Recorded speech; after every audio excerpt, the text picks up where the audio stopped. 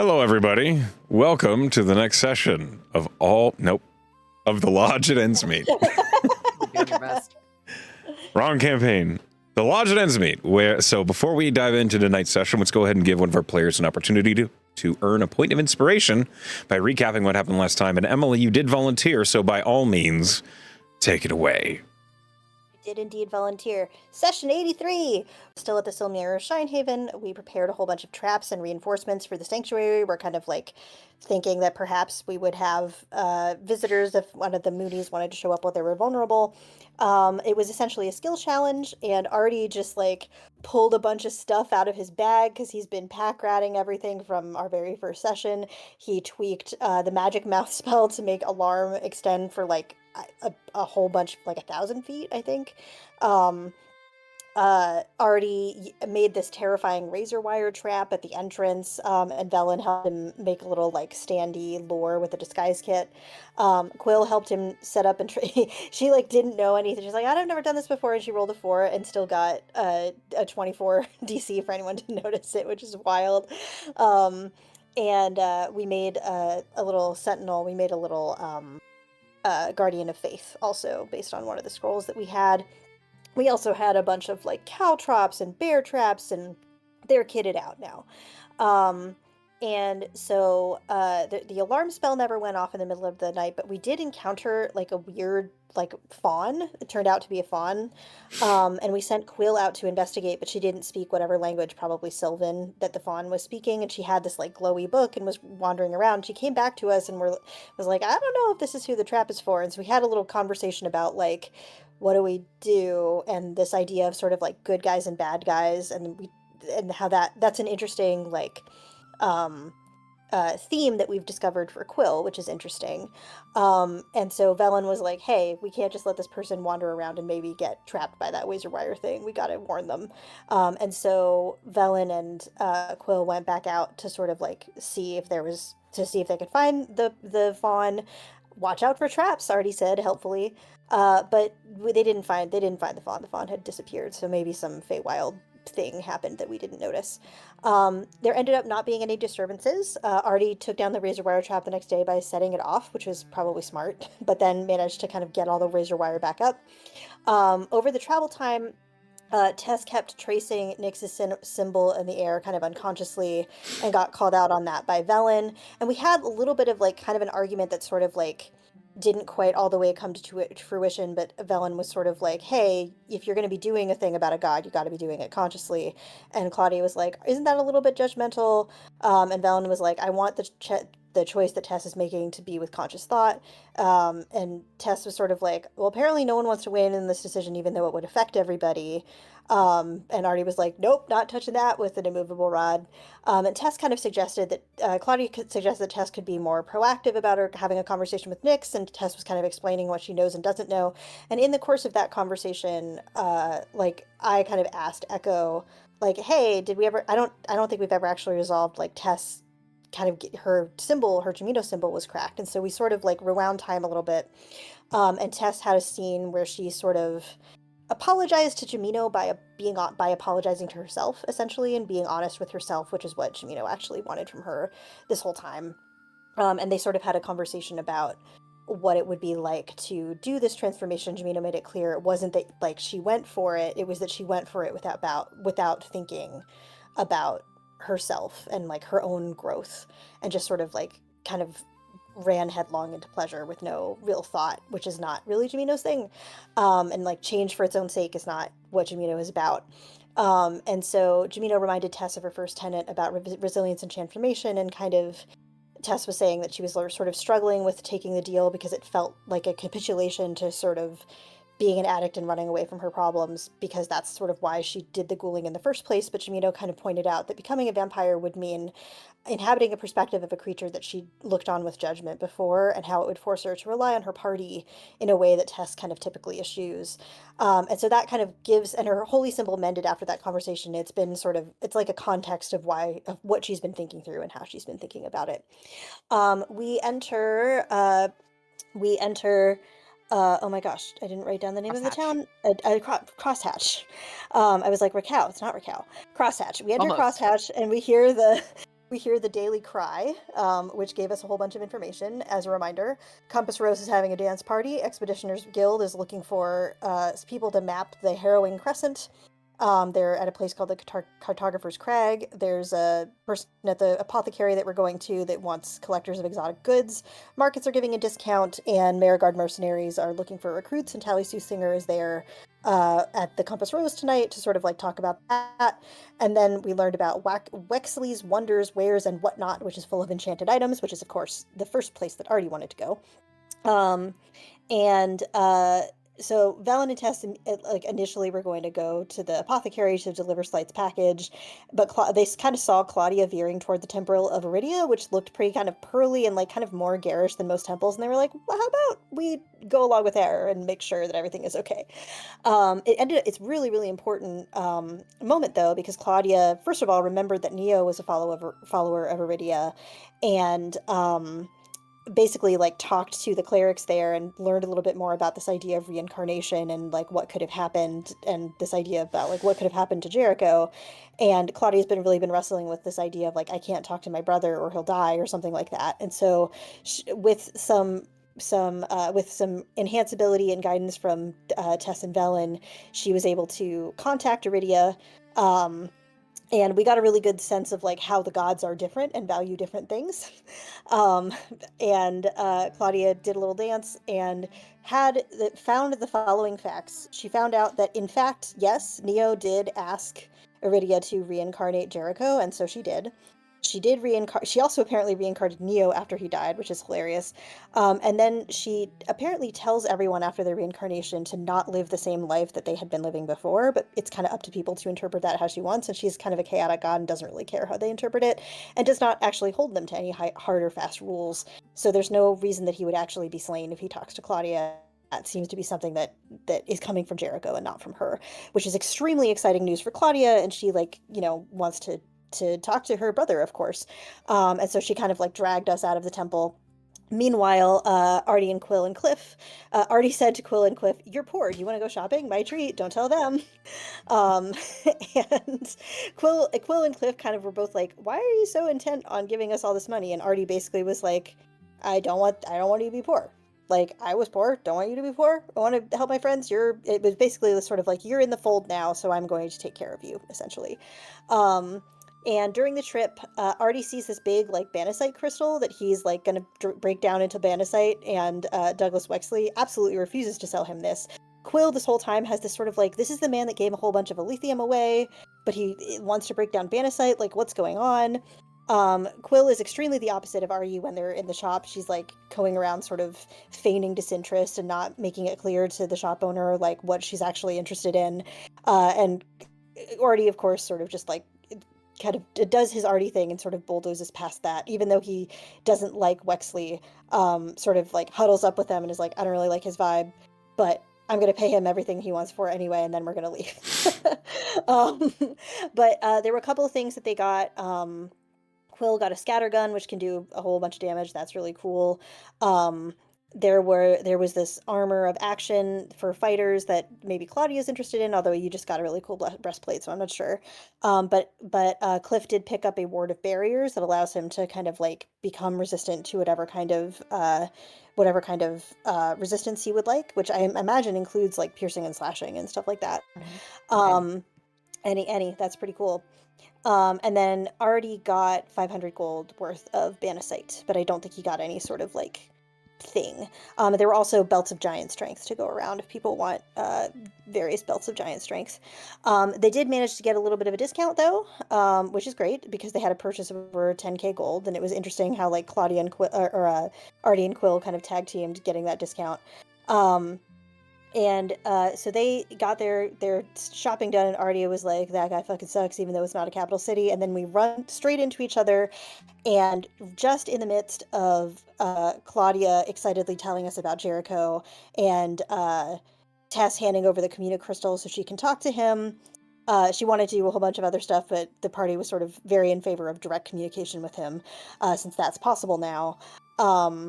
just in the middle of that, we were kind of interrupted by a potion seller and restocked up on a whole bunch of potions. And also Quill had a little moment with Artie where she was kind of asking him about why did you give up the Aletheum and buying straight Banasite? And Artie, because it seems like that's kind of part of what it brought her here, was to try to figure that out. And Artie just kept being like, you know what I can get with that money? I can get so much stuff. And I can get so much stuff specifically not just for me, but for my friends. So it kind of has this like vibe. She's kind of learning who Artie is, essentially. And so at the end of the session, we have all these like cool new revelations, and Quill asked, "Who's Jericho?" And do you often let Artie go shopping by himself? Was that really what we left off on? That was really how we left off, yes. Amazing. I didn't remember the Who's Jericho question. Quill is so funny. And very confused. Yes. Do those go hand in hand? Maybe. Okay, so on that Yeah. note, we There's will. shooting and asking later, right? Mhm.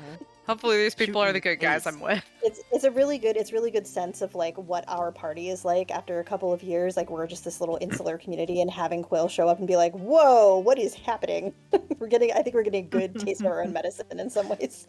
I think so. Well, you guys are standing in the Wayfarer's Circle, which is basically, it's like downtown. It's the center of Crosshatch, where all roads meet. The various districts and flavors of Crosshatch, from the northeast being Aurelian, the west being Nosfedanian, and the south being Arbaran, all three converging together in like the Wayfarer's Circle is a mishmash and melting pot of these cultures as they kind of clash. A lot of the structures in the south side, the Arbaran Village district, are built in trees, on trees, around trees. They seem to just have that flavor of almost like houses partly on stilts, partly suspended in the branches of enormous and almost exclusively oak trees. Whereas, as a counterpart, the Nosfedanian sector, they almost look cut out of like a gothic rogue magazine. Like you see all sorts of wrought iron and high spires and fences of black metal on stone. It's a very aesthetic appearance, and it seems as though that imagery is trying to imply a certain look of money and maybe a little pretentiousness. But it is undeniably attractive. And then on the far cry, the Aurelian sector, as you've passed through it on your way in, is a fucking hobnob mishmash of all sorts of buildings and architectures, and it's a clash of the cultures at the Wayfarer's Circle as you're looking around. And just south of it, you see the apothecary, Abelwood Apothecary, which looks like this. But you guys have your conversations that we ended in the middle of, so I'm not going to press you in however you want to handle this. What do you guys do? I've never experienced architectural warfare before. That was cool as hell. So, do we usually let Artie shop on his own? Was one of the questions that came up. And the answer to that is, he usually does a good enough job. I mean, it's his money. Mm-hmm. I Artie haven't had occasion to agrees worry vehemently.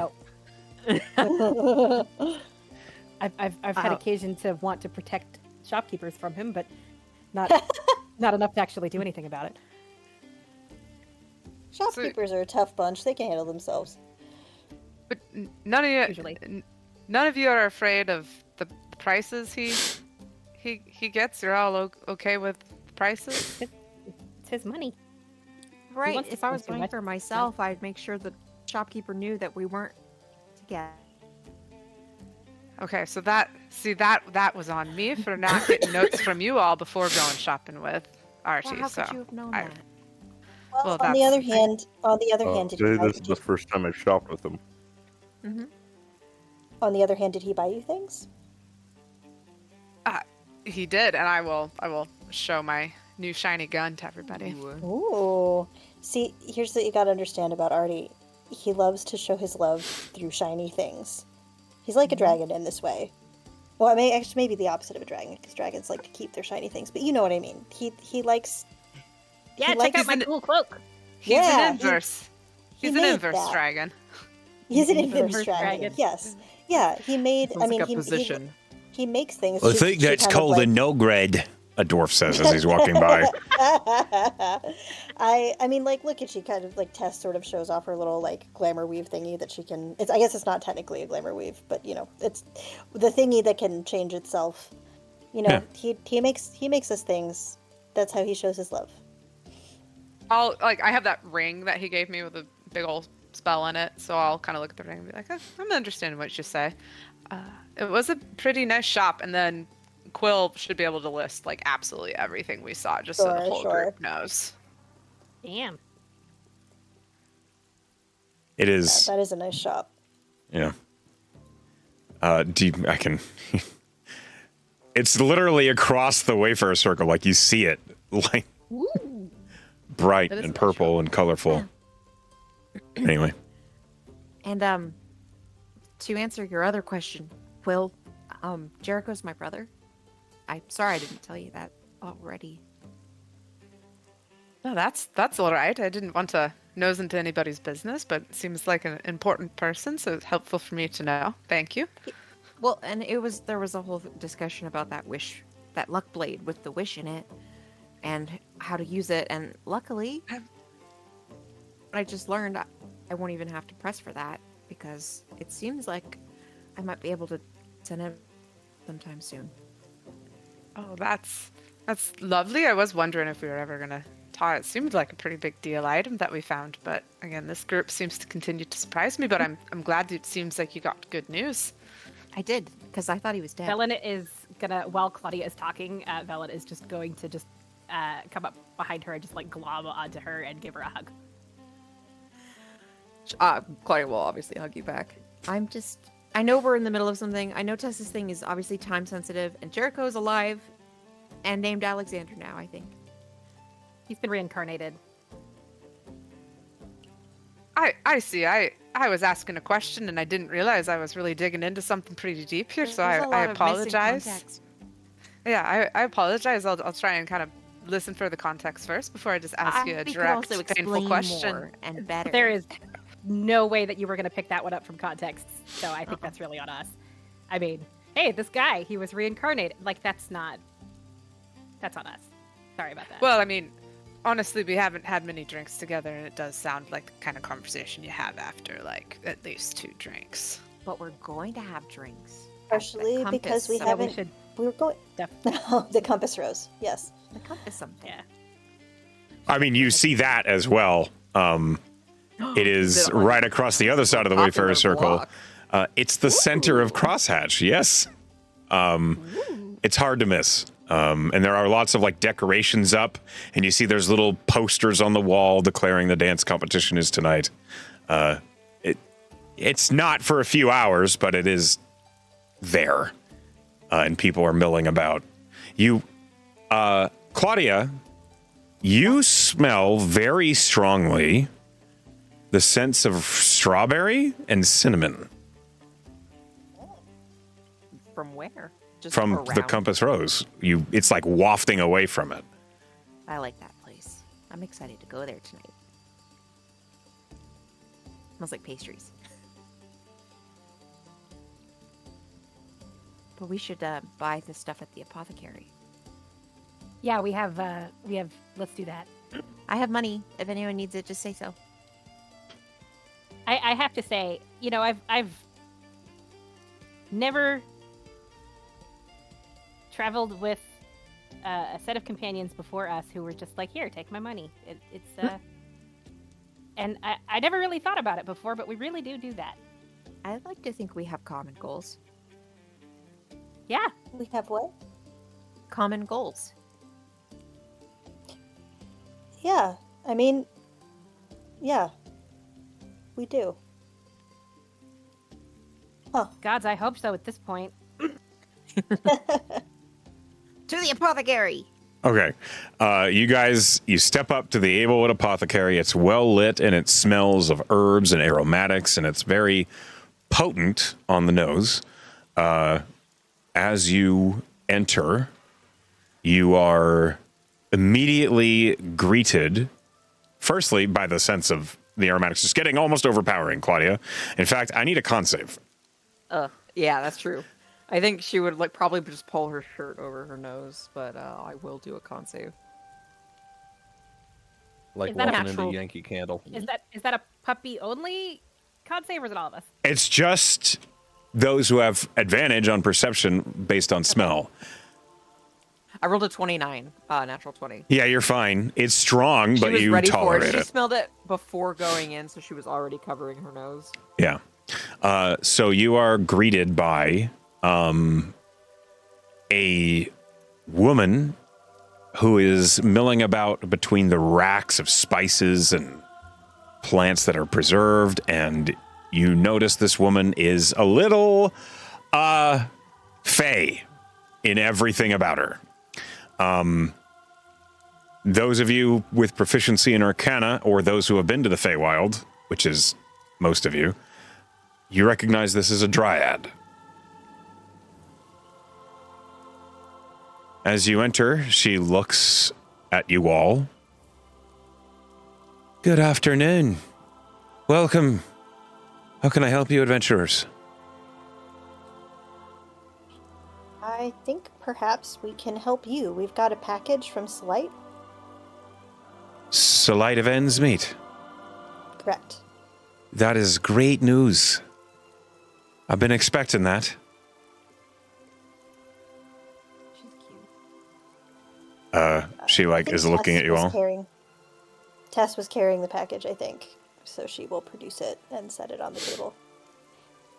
Oh, fantastic. She picks up the package and looks it over, notices that it has not been opened. She nods, and then she goes back behind the counter. Thank you very much. As customary, she picks up a small canvas bag and hands you guys some money. Neat. As there are 6 of you. Yeah. It's not a lot, but you do come away with about 30 gold a person. Nice. Brad.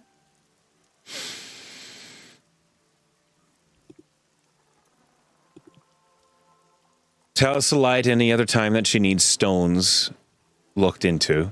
I'm happy to do so. Stones. Sure. We sure will. You can look at stones. Oh, Is yes. that an apothecary thing?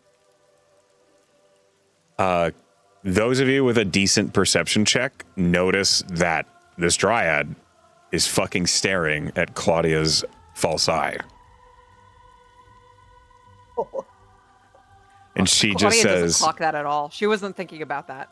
oh no, she's like looking straight at it and she says, I have a particular affinity for unusual materials, sedentary and igneous.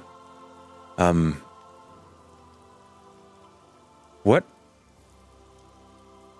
Pardon me for asking. Claudia's just smiling at her. Pardon me for asking. What's your eye made of? Oh, already put it in. Something about nightmares.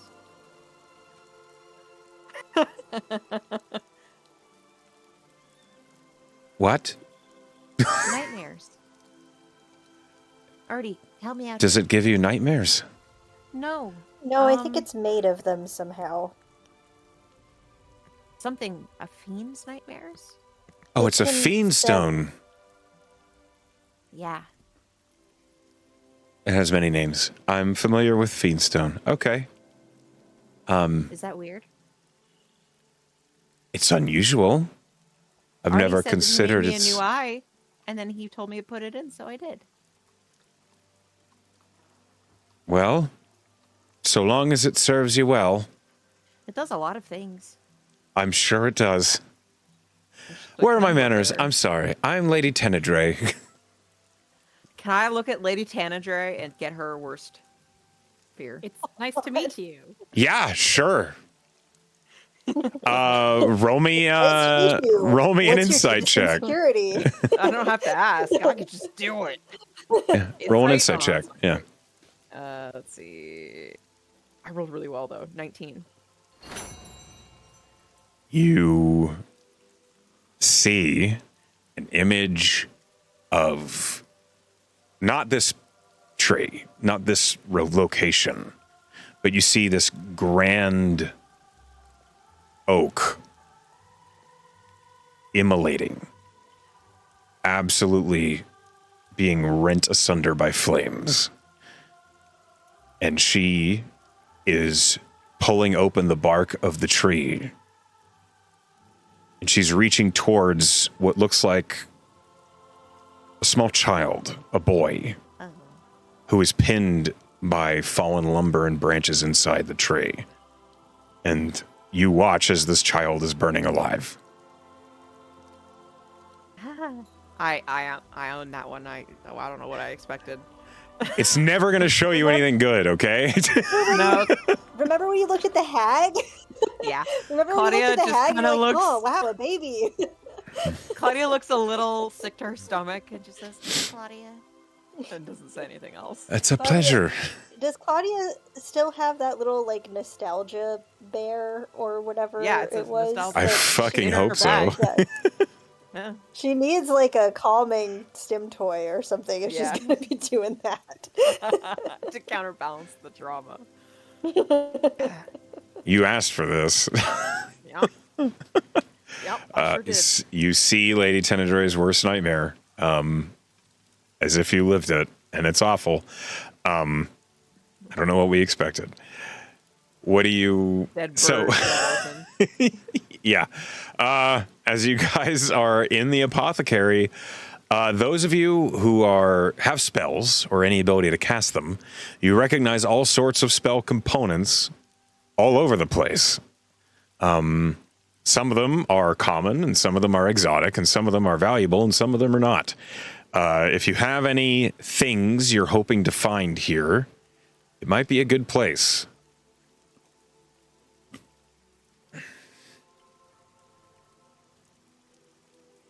Anybody? Yes, sorry, I'm fighting with Heim. Time fight. So in terms of things,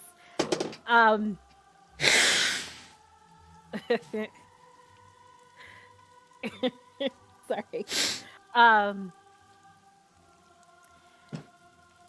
mean, obviously, like regular potions are comparatively easy, but in terms of like spell components, is that also something that is here? I have some. You'll find some of the more arcane in nature at Wexley's, just across the circle. But I have many. Yeah, he sucks. What? Mushroom powder for true seeing, maybe? Oh, I have plenty of Sonic that. Stones? I have stones, plenty of Ivory? those. I have some ivory, Ivory? yes. Oh. How much is Got some? everything. I can check. How much do you need? Oh, it's 250, I think. Tess is gonna exchange glances with Velen and kind of like Guess it cede to Depends on Velen. depends on how many times we're gonna cast the damn thing. Legend lore. Aye? Yes. Is that what you're talking Yes. about? That is, yes. I think I We have... have some. I have plenty of ivory for a few castings. I'd have to check the back, but I think maybe about 2,000 gold on stock right now. Oh well, okay. Oh that, wow. that would be Okay, plenty great. of ivory for that. That's more than what we need. That's more than enough. That's great. Yes. Frankly, I was surprised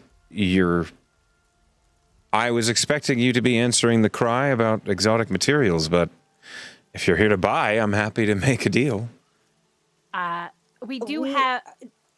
We just have a Go lot ahead. of things on our plate. I would love to be able to provide you with exotic materials, but we are a little pressed for time. I think. Maybe on the way Maybe back. on the way back. Yeah. Very well. Need. Oh, I'm going to need plenty. Is it a situation where if we find something exotic, we could we could bring it to you, or do you have a list that we can check off? I need elemental cores, which most of them are going to be easiest to acquire in the elemental planes that they are native to. And I need pyrice, Oh, I like which... You are adorable. rice. I like you. No, pyrice is condensed magic. You find it in the plane of magic, Arcadia. You'll know it when you see it. It appears like ice, but a flame. Okay. yes. Very. We run into some. You won't run well, into we're- it here. We're not gonna run it. We would have to go to Arcadia, but Oh. that doesn't mean that we can't do that. It's just we definitely need to take care of some things on this plane first. Of course.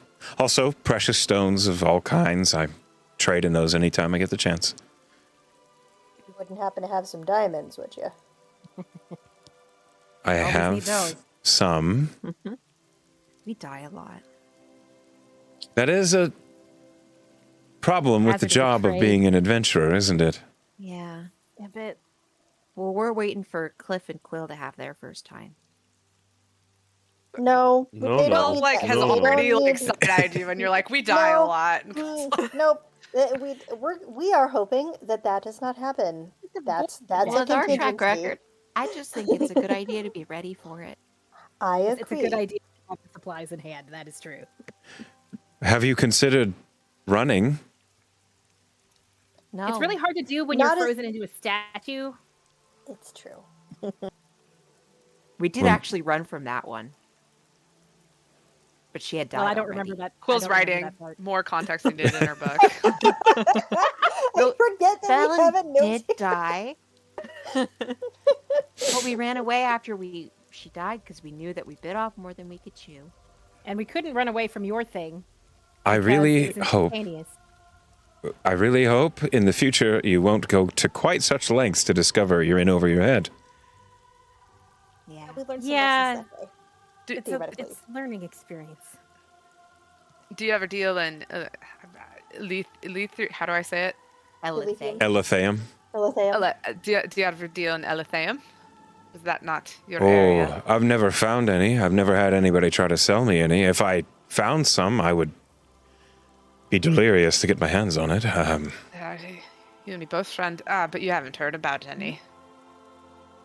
No, not anywhere near here.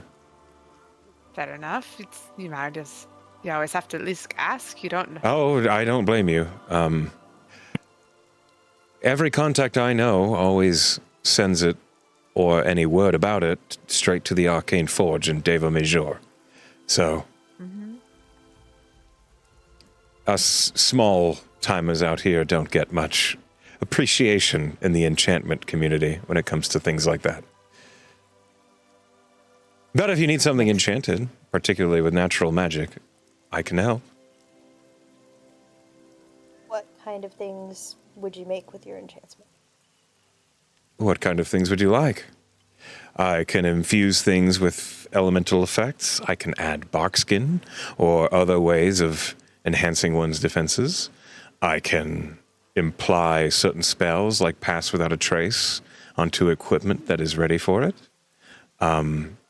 I have, and you see she steps over behind the apothecary's small counter and she like plucks a little, it's like a bone, very like, it looks like mother of pearl arrowhead. And she sets it on the counter and she says, "This is a trick that I'd heard the Wanderers use, and I added it to this myself. It's a Magnicar arrowhead. You attach it to a bolt or an arrow. When it strikes a target, for the next few seconds, it gets more powerful for every following strike against that target. And then after those many seconds, it unleashes all of that energy in a large lightning burst. It does destroy the arrow, typically, when it does that, but I I find it quite effective in those that have used it in the past. And I only have the one now. But if you'd like it, I'm willing to sell it to you. Sounds fantastic. Clip, you're an archer. I am when the need arises. He prefers to punch things. I greatly do. Unfortunately, some things are a bit faster than me. Or farther. Yeah. I mean, I think any of us could use a little more range. Nah, I have 120 feet, baby. Okay, any of us... You are impressive, aren't you? Well, She is. If Glyph doesn't want it, I'll buy it. Oh, How much is it? the Magna Car arrowhead is 700 gold. that's Yeah, I will do that. Okay. And she big spenders. pushes it towards you. Add a Magna Car arrowhead to your inventory. It's an item that you can find on kept D&D hearing Beyond. Magna Carta. Too. What kind of thing would you need to enchant with Pass Without a Trace? I used to have that on me, and I can't anymore. I miss it. Garments, clothes, a cloak, boots, gloves, anything that you wear that you can invoke the magic into. It can't already be magical. Would I but need to attune to it? it would get much more expensive if you don't want to attune to it.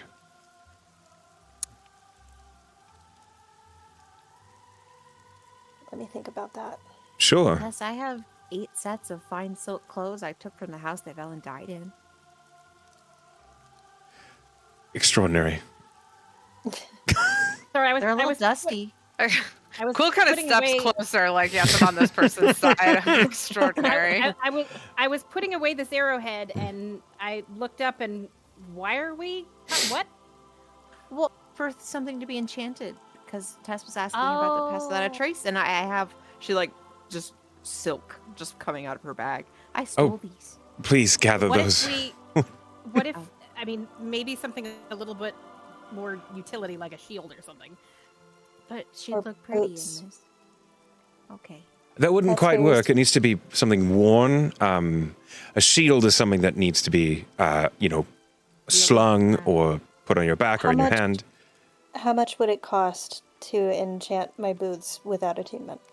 Without attunement, well, with attunement, it's about 500 gold pieces. Without attunement, the trick is when you make an enchantment that's not attunement, you are imbuing a hint of soul magic into the item so that it has an anchor on this plane.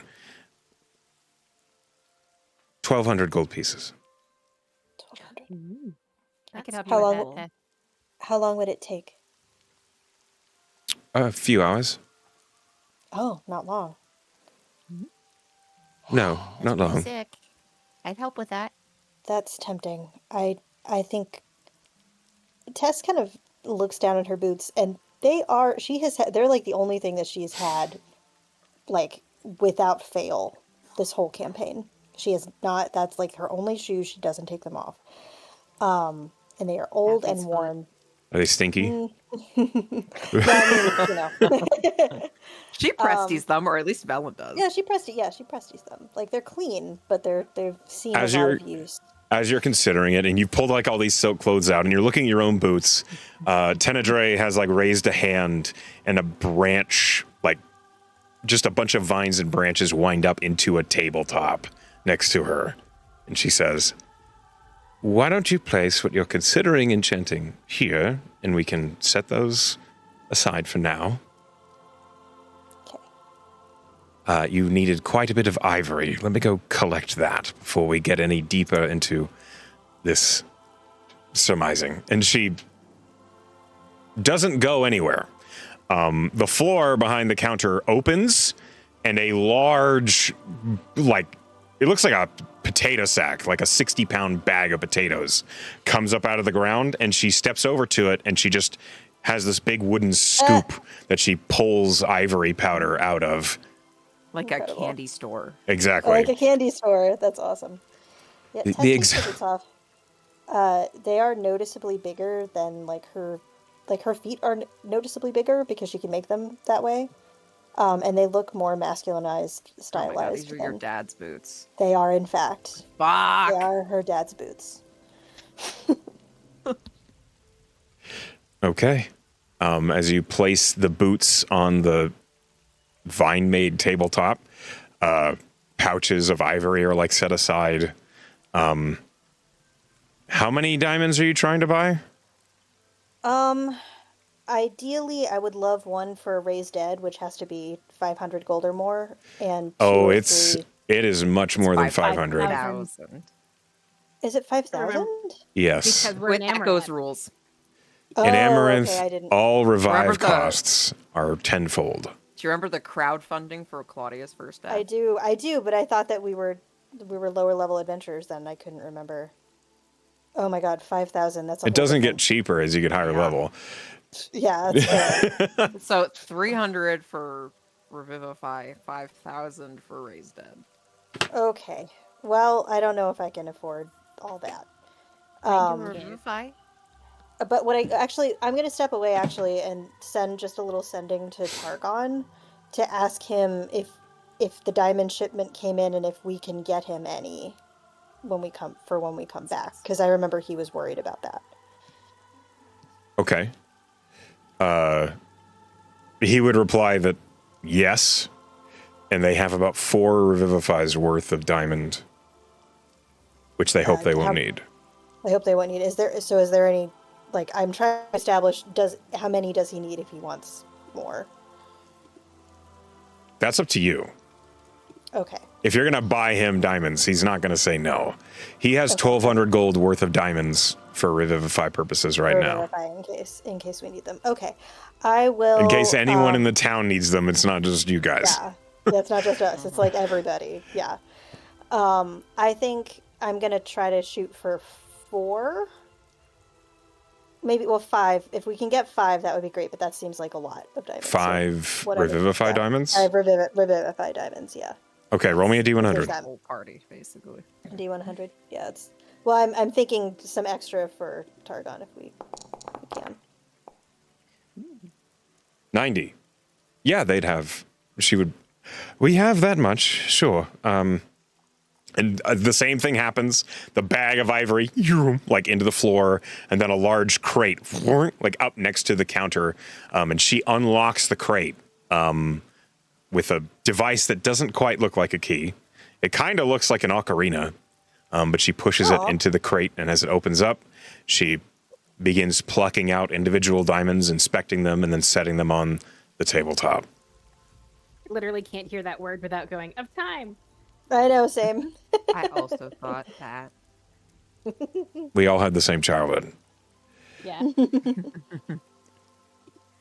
Okay, so 4 diamonds of Revivify are on the table. 5, I think is what. 5. Okay. 5. 5 diamonds of Revivify are on the table.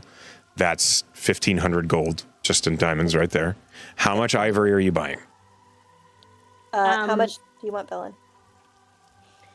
Well, it's 50 per cast, so I think 150. Unless you have other things you want Legend Lore on. Me? I think It's 50 ivory and then 250 incense. That's what the other expense was. It's the incense, yeah. One of them incense is is a little- consumed by the spell, and one of them is not. Which sense is Okay, consumed? now I have to look this up now. The incense is probably what is consumed because it's incense Yeah, and it it makes- burns. In which case, we probably don't need 3 that much. Hang on. I'm looking at this. I thought it was ivory that Shopping. consumed. Okay, that's good to know. Well, when you use incense, you consume it, so. Right. And I bet we can get incense here too. Oh, Well, we yeah, can- absolutely. incense- The whole incense place is smells like incense. Yeah. So are you only Okay, buying where's 50 that? gold worth of ivory? Hang on, I'm trying to find the spell on my list now because I've confused myself. Just type Take it your into time. Google. Yeah, I should do that. There it is. Incense Okay, yeah, 4 ivory strips worth at least 50 gold each. So I just can't read. 4 So- ivory strips, so 200 gold worth. So I need 200 gold worth of knew it ivory, was and 200. then I'll be buying a boatload of incense also. But the ivory incense seems like more of a renewable resource. I'll definitely buy some here since it's clearly a place to buy incense. How much incense are you buying?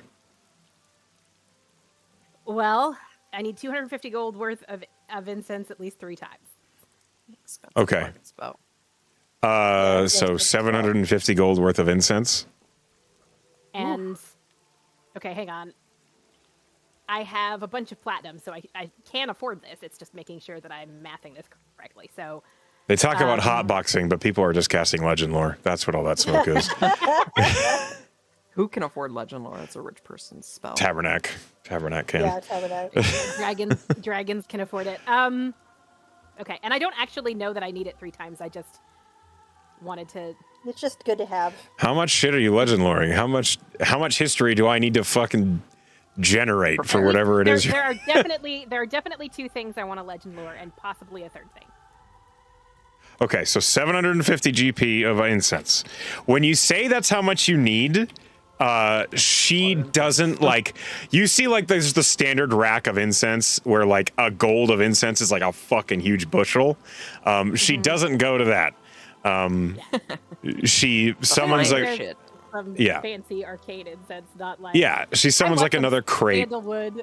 Yeah. and she gives you 7.5 of these incense sticks. Each one is worth 100 gold pieces. Oh my Okay, goodness. that's excellent. That's That's the excellent. good shit. Yeah. Okay. Purple So I'm haze gonna. right there. All right. So this is basically I'm just dropping 1,000 gold, right? Like I don't know. With the Like, it ain't 200 no for thing. ivory. it's 750 for incense plus 200 for So you're buying 200 gold worth of ivory. Okay. right. As she pulls the ivory out and she's like scooping it out for you, she places little bundles of the ivory in her hand. She puts her other hand over it and then removes her hand away, and it's like an ivory feather. And she does that Oh, 4 So cool. times. these look excellent. I can design a really pretty ritual with this. Thank you. You see each one has a tiny little AA on each one for Abelwood Apothecary. I love Cute. that. Okay. I'm so pleased you're enjoying your time. Look, you gotta enjoy the small things in life. Was there any other ingredients or components you all needed before I get back to the conversation about enchanting? Yeah, I'm gonna just put it in the chat, Echo, because it's a lot. Here's my list. Yeah. I need 200 gold. Is it 200 gold? No, 100 gold worth of mushroom powder for true seeing, 200 gold of diamond dust for greater restoration, 2 onyx stones of 150 gold each for spell. We've got the diamonds, and I also need 200 gold of ivory because I can also cast legend lore, and a 250 gold worth of it. So before she gets away from the ivory and the incense, I'll be like, nope, me too, me too. Okay, so 400 gold worth of ivory. And how much incense did you want? Another 200 gold, 500? whatever it is for the spell. For 200 gold of Oh, ivory. wait. What? Can't you The just ivory use isn't spells? consumed by the spell. Oh, right. So we can just reuse the same. I can. Good point. I will cast legend lore with my ivory. We do not need bespoke ivory. Okay, that's She like good. is in the middle of resummoning the ivory bag and is like, "All right, Sorry. very well," and just pushes Good it back point. down into the floor. Good point. Okay, but we should get More some. incense. But we can get more incense for because I. Of wanna course you cast- can. You can buy as much Yeah. incense as you like. I cast it on Feyhu. Yeah, so I'm gonna put the list in the chat so we have it. Okay. Do you sell oil of slipperiness here? Oil of slipperiness. Yeah, we need to lube our bard before battle. Extraordinary. Stuff a lot. Quill is taking notes. I have many oils and unguents. Oil of slipperiness. Unguent? Yeah, Yes. That is how you say that. I don't like that word. It's ugly. I'm sorry. Salve. do Is it. salve better? Yeah. Ointment? Unguent. Unguent. You're leaning too much into the ooh. You just It's just unguent. gross. I don't like it. I don't like it. I'm sorry. Anyway, yes, I do have oil of slipperiness if you'd like some. I don't have a lot. How much? I have 3 vials. Each one would be 100 gold pieces. Yeah. I will buy all 3 of those. Okay. I get stuff a lot. 300 GP oil of slipperiness. So Velen is just like counting out the platinum for this because she doesn't have any small coins left. But yes, okay, good. I'm gonna remove that and add oil of slipperiness to my inventory times 3. This is so silly. Okay. Very well. Right. Onyx stones, I recall. Yes. Can you tell me what this does? And she pulls out a piece of hard candy and puts it on the tree table. She looks at it. I found it in a hag's pocket. I thought I forgot. Oh. About this. It looks really good, and I can look at it, yes. Poison control. I'm calling to see if it's okay to eat. Hold on, let me... She's going to investigate it. What's in the hag candy? This looks as though it is a composition of spun honey and molasses. I don't detect any curses or anything. That's safe to eat? It looks a little old, but it should be fine. That's okay. I'm going to save this for a rainy day. She just puts it back in her pocket. Oh, more time is exactly what it needs. Like fine wine. Oh, yes, aging well. This is the shopping list that I've got so far. It's in the chat. This is what you guys have kind of declared you're purchasing. I got to add the arrowhead. Oh, you already bought it. Never mind. That's not included in this. Yeah, I put it in my inventory already. So I already put the I already did the oil too. Okay, so I'm removing that. And I deleted the money for the ivory and incense, but Okay. So, well, Tess was also talking about buying incense. How much incense are you buying, Em? I have added up everything that I had on my list, and it's 2,250, including all the diamonds and stuff. So I have it all on my list, and I can delete the money for that as well. Okay. You guys, if you're not going to try and haggle down, then we can just move on. Like, that's fine. I don't think so. I don't think so. I feel like the time to start haggling was before I was like, yes, I'll buy that. So yeah. So Quill, Tess might do. You just Take watch. my pet and leave as this is ending. Yeah.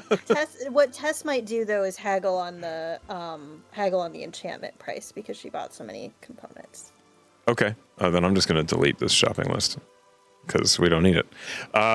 So for 1,200 for the enchanting, at the end of it all, she looks at the boots and she picks them up and she says, "These I will need to do some work on. They are going to need a foundation for the enchantment to take. Often people have items made for the purpose, but refurbishing another item is not a big deal. You will have to wear both boots for the spell to work. Okay. There will not be sharing of boots with someone else so that you all can cast the spell. I was literally just trying to imagine the fashion statement of one boot, but now I understand that it was about sharing the spell, and it makes more sense.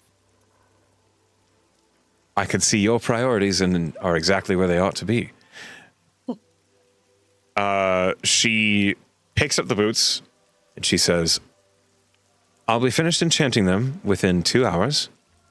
Do you have any requests as far as appearance goes? Could you put Jamino eyes on it? Yes, that's simple enough.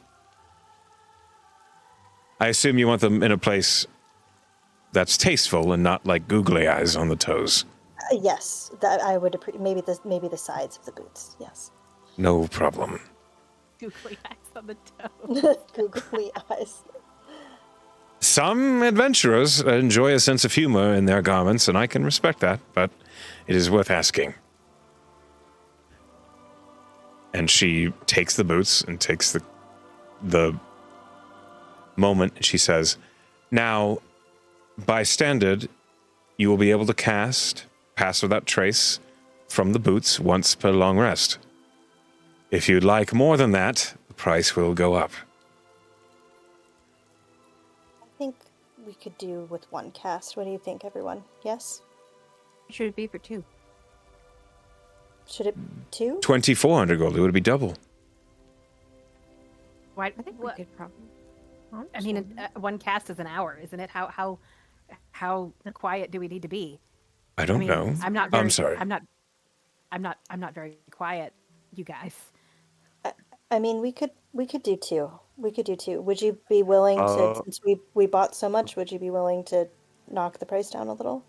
I'm sorry to interrupt. I can cast that. Oh. Oh, he's a ranger. Sort of a little Yeah. bit. He's kind of a ranger. Let's do 1 Well, then. Back pocket. Okay. Pass without a Yeah. trace. Just as a and also because it would mean something to me. As you wish. So You're allowed that's... to have things, yes. There's one more thing. Could you put the words a littleness on the soles? I'm sorry, a what? A littleness. A littleness. It's an anagram of my name. My dad used to call me that. Oh. Would you mind writing it out for me? Yeah, of course. That's cute. But she agrees.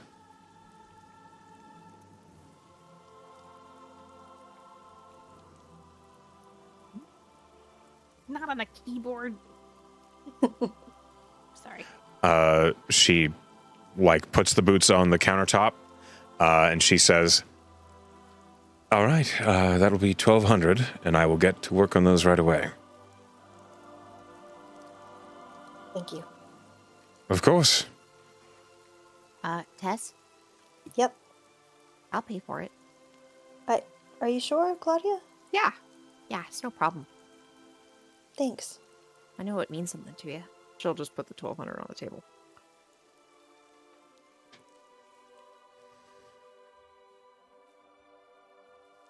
Okay. Mhm. Boots are paid for. And they will be made for sneaking. Clearly. Sneaking as a group. And here I thought they were made for walking. Nope, sneaking. Get it together. All right. Is there anything else you guys wish to do at the Ablewood Apothecary while you're still here? I mean, as long as we're at the apothecary, we could probably pick up a few more healing potions. There was Just got a whole bunch. a cellar outside the Wexel Waxer Weaseldorf.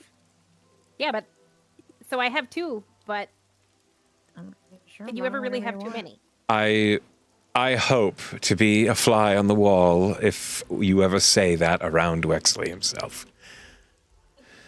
What? I'm sure that we have the power to be very annoying to anyone in town. I think you're delightful. It's like a fresh breath of home.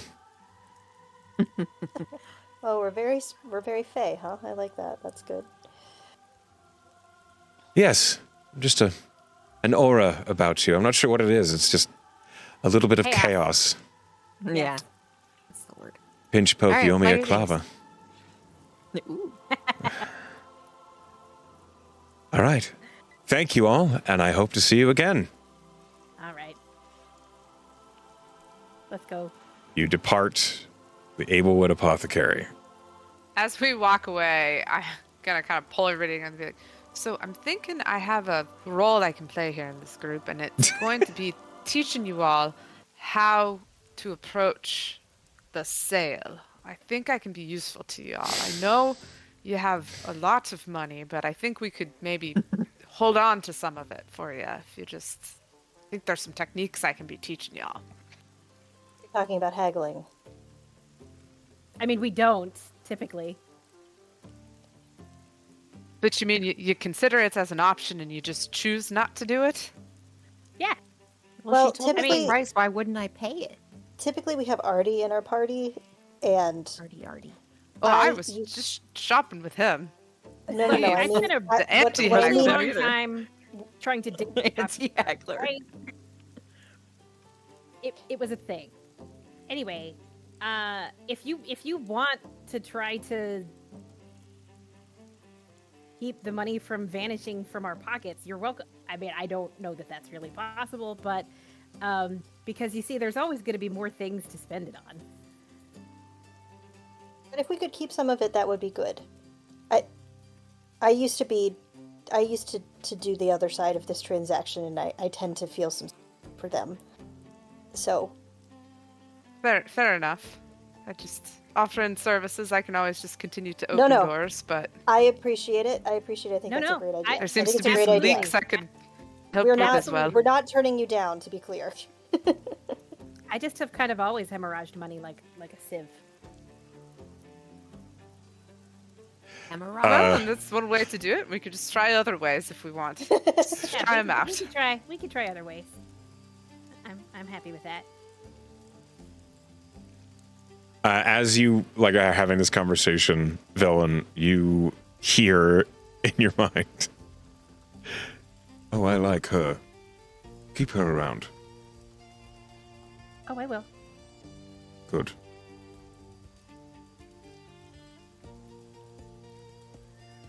What do you guys do? Are we going to the tavern? I mean, I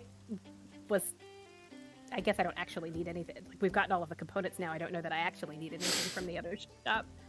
Unless you wanted specific magical items. I mean, I'm What do your honestly tomb pretty. slots look like? I don't have any of those. Yeah, me neither.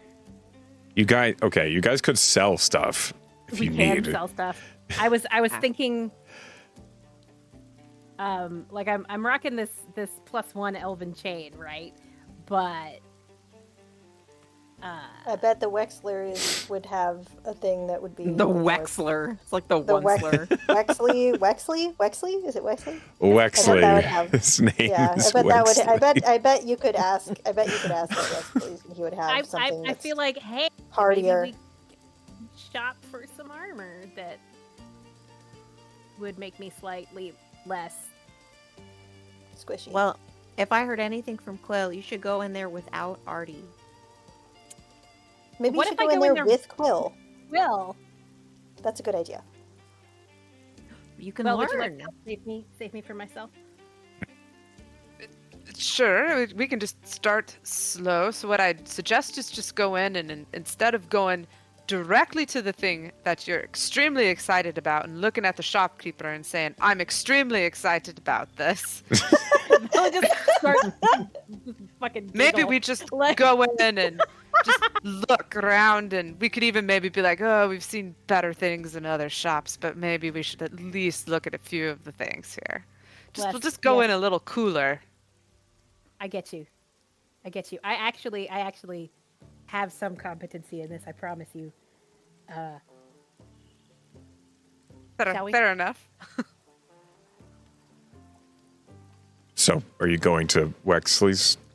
Yes, I'm going to Wexley's. Okay. Sorry. Back again. He was. You should go in with that. Like Quill won't go in with you, just coaching you since I've already been in there and already been had by this guy. Been had? okay. What do you mean? Claudia, for her part, is not going in because she's full up and doesn't want to part with anything. She's going to throw crumbs at pigeons. And talk to them. They Okay. get fucking swarmed by pigeons. Yeah. She's gonna- And she can understand them all at will, so she's just gonna like be swarmed by pigeons going They're all gonna mine, be mine, mine. They're fucking assholes. They're pigeons. They're rats of the air. Yeah, but obviously we don't need to RP that. That's just what Claudia's doing outside of Wexley. Okay. Wexley's storefront's just gonna be covered in pigeon shit. I'm sure he's very pleased about it. Okay.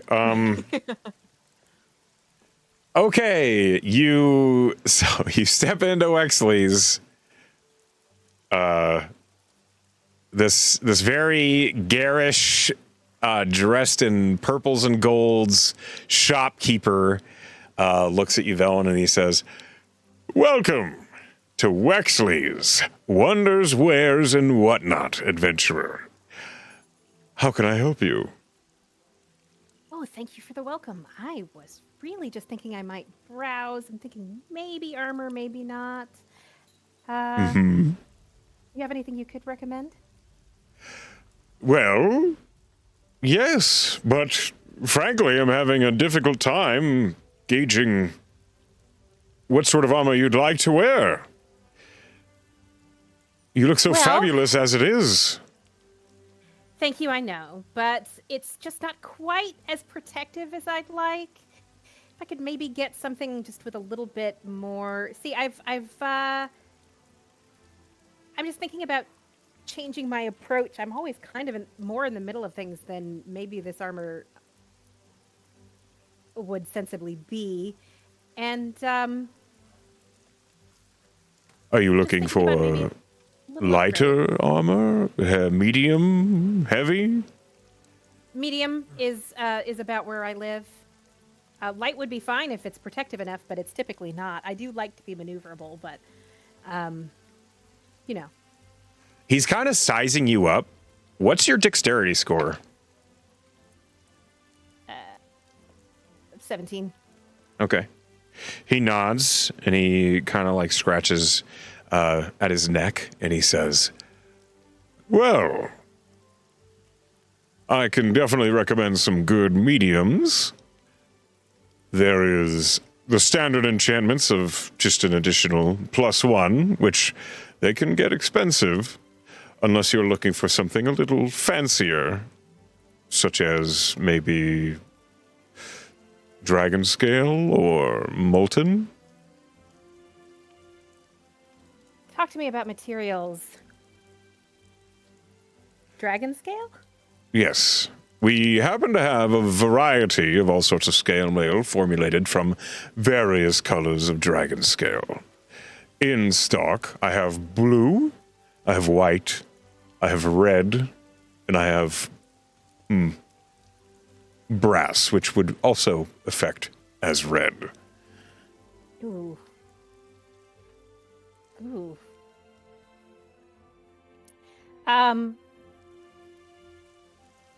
Let's talk white. I hate being cold. Well, white dragon scale mail. And he immediately goes to... How much cold resistance do I need? All of it. All of the cold resistance. I am now if you wear phobic two of cold being resistant cold. things, are you immune? No. No. It does not stack. Velen is being irrational. Okay. He pulls a suit of white dragon scale mail. It is beautiful with white and blue trimmings all the way around it, and you see that the scales are reflective, almost mirror-like, as he pulls it down. There's like one huge scale right across the chest, and then smaller ones that make a little mosaic all the way back. A mosaic in the shape of a dragon's face, and slightly off-white over white on the front of the armor. It is very attractive. And he says, "I must say, you have expensive taste." Yeah, I'm afraid that I do. What kind of enchantment is on this? Well, while wearing this armor, you gain an additional 1 to armor class. You have advantage on saves against frightful presence and the breath weapons of dragons, not just the white ones. And you have resistance to cold in this case. You can also channel your visions into the armor and discern the distance and direction to the closest dragon, white dragon, within 30 miles of you. Oh, that's interesting. Oh, yes. Just +1 though, huh? Yes. I'm afraid once you get above +1, things get silly as far as the costs go. Fair enough. If you are not out fighting dragons specifically, I may recommend something else. All right. I mean, I do end up fighting dragons sometimes, but it's certainly not exclusive. Dragon Skill Mail is designed for those who are hunting dragons specifically. And he puts the set back on the rack, and then he picks up as he looks at you, you see his hands are like over like a set of collections. What color does Velen favor?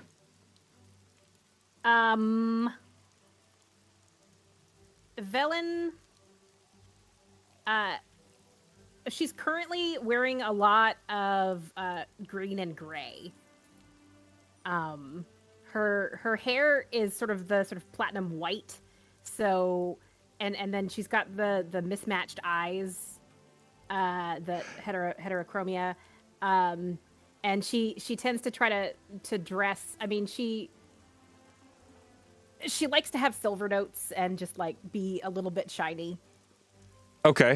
She's rocking the kite shield of bullet attraction, so there is a shiny thing on her at all times. He clocks the bullet attraction shield, and he's just, Why do you have that? I see why you need armor. Right.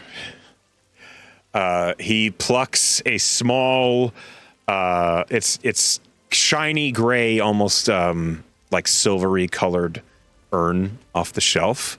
And he looks at you, and then he looks at a mannequin, and he pours it over the mannequin, and a molten suit of half plate just spills over the armor and sets into place. This is a little cheaper than Dragon Scale Mail, but no less effective. Once it's attuned to you, it adheres and contours to your skin. You can wear it under normal clothes, and it will not impede bodily functions. Like you can stealth all you need to. That's appealing. It will also grant resistance to fire damage. I like that. And +1 also, or just? There is a +1 version. This one is standard. But I do have a +1 molten, if you are interested. How much are we talking? Give me a range. Well, for this one, which is not +1, 1,500. For the +1, 3,500.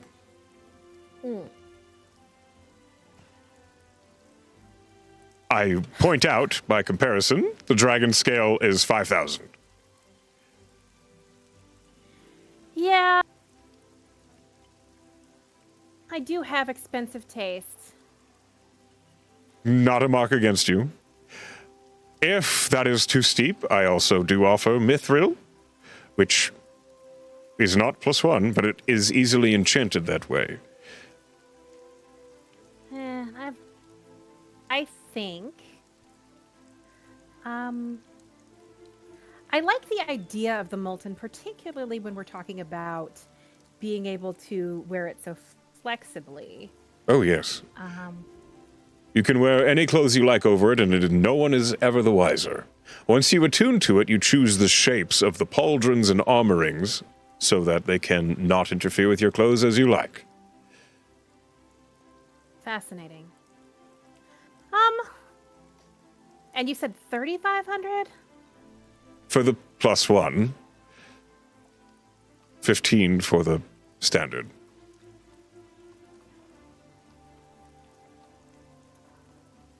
give you 3,000 for it. I see. Roll me a persuasion.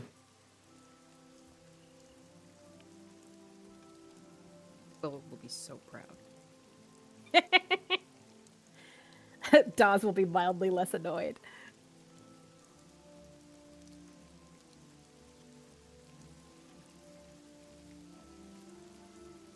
I kind of rolled shit. 15. 15. 32.50.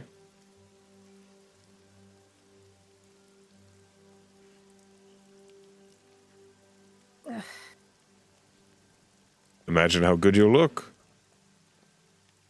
Breaking down the platinum is kind of annoying. 3,200? No. Breaking platinum is my problem, and I'm happy to do it. Fine, 3,250 it is. You have a deal. And he holds out a hand to you. Velen will shake his hand, and then she will start just pulling out the platinum. He puts his finger down on the big, like the sabaton of the boot of the armor, and then he lifts his hand up, and it's like pouring into an urn that is forming as he's lifting his hand, until he just has this silvery jar. And once you've paid him, he hands the jar to you. Excellent. It has been a pleasure doing business, Velen. I should have offered you this elven chain. I will still buy it from you. Yeah? What kind of price will you give me on it? Let's take a look at it, shall we? Are you still wearing it?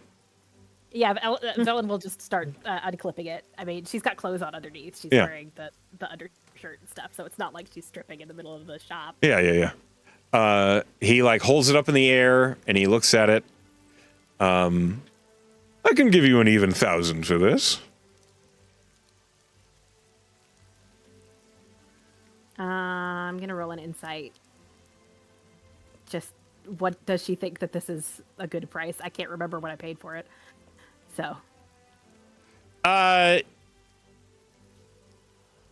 It's okay. So 1,000 gold for elven chain, with a 29. It's clear he's offering you less than he would sell it for, but it seems like a reasonable price. Yeah, if it's a reasonable price, like she's not being taken for a ride, she's not gonna fight him on 1,000. That seems like a nice round number, which obviously is her weird preference. So she'll be like, all right, 1,000 it is. He nods. He tucks the elven chain over his arm, and then he opens up the bag of platinum you just gave him and pulls out 1,000 platinum and gives it back to you. 100 platinum. You know what I mean, Right. 1,000 gold Okay. in platinum. Yeah. I get you. I'm putting it back in my inventory. All right. Thank you very much. The pleasure was mine. And she's gonna put on her new armor. So you pour it on, Yep. and it feels remarkably cold at first, but it immediately like conforms to your body underneath your clothes, and it doesn't even look like you're wearing armor, except for around your neck. There's like clearly silvery metal, like right underneath the collar of your blouse or whatever the hell top you're wearing. Yeah, I don't know. And your boots, your shoes are covered in the sabatons that you saw. Metal plating seems to coat the boots evenly. Okay, I don't see a +1 version of this. Yeah, there isn't. We're going to have to make that custom. Okay. So just We'll add just- molten and we'll customize it. Hey, thanks.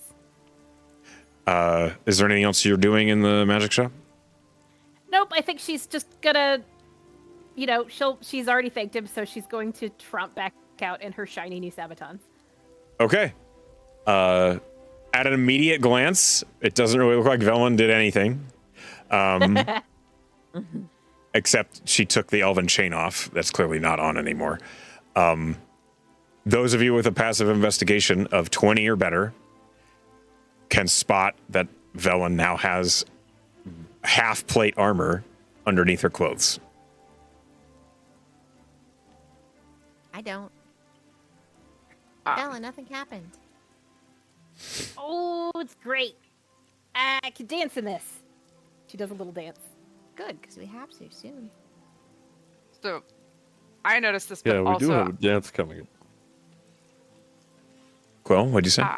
I would love if Quill could have like cornered myself in a window where I can use the observant feat to have watched to have read the lips of like what Well, then unfolded. Roll perception. Tess also has observant. Can she do that too? Roll perception. What a Just great glued idea. to the Quill. window. They'll watch the show of Velen like buying a suit of armor. Use a perception. Yep. Oops, I rolled on the sheet. I Anybody got trying to read 21. lips here? Oh, Stupid that's roll. 20! Stupid roll. Incredible.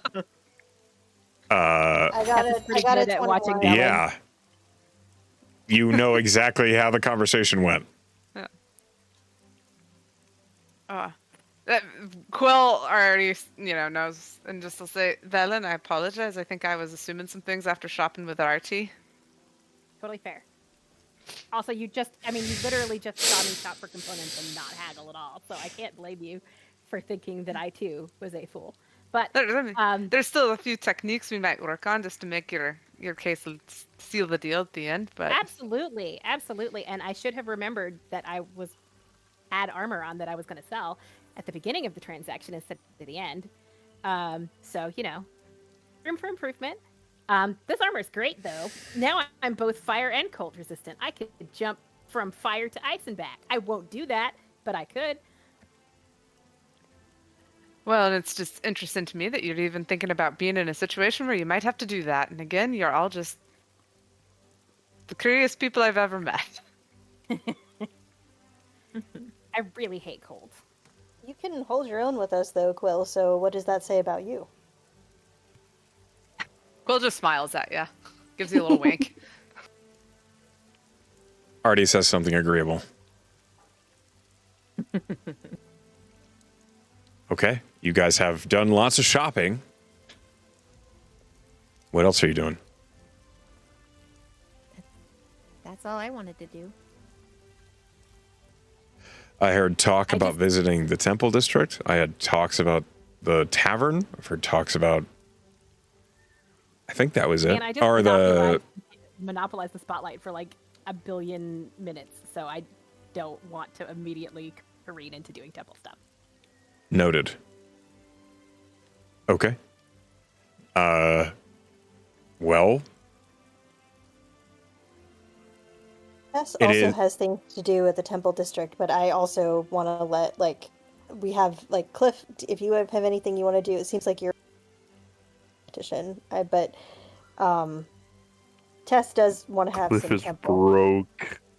Cliff Oh, can no. ask anyone for money, and he will give. Any of us will help. We'll be happy to support. I don't know. I But just Your Tess dreams. new boots because she's my buddy. Yeah. We are happy to support your dreams.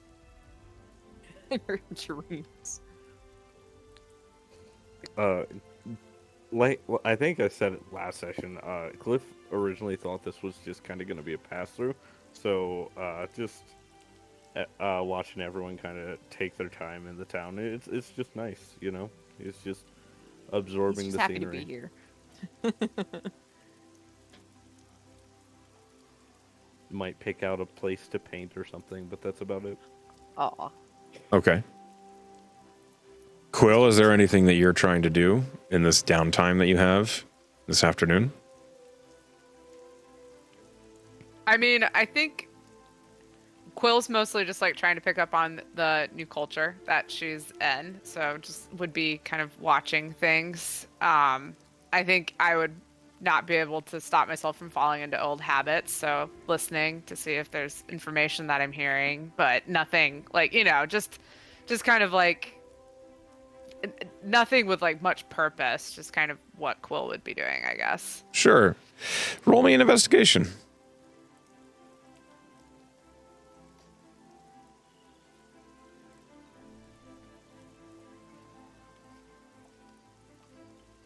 Jeez, 32.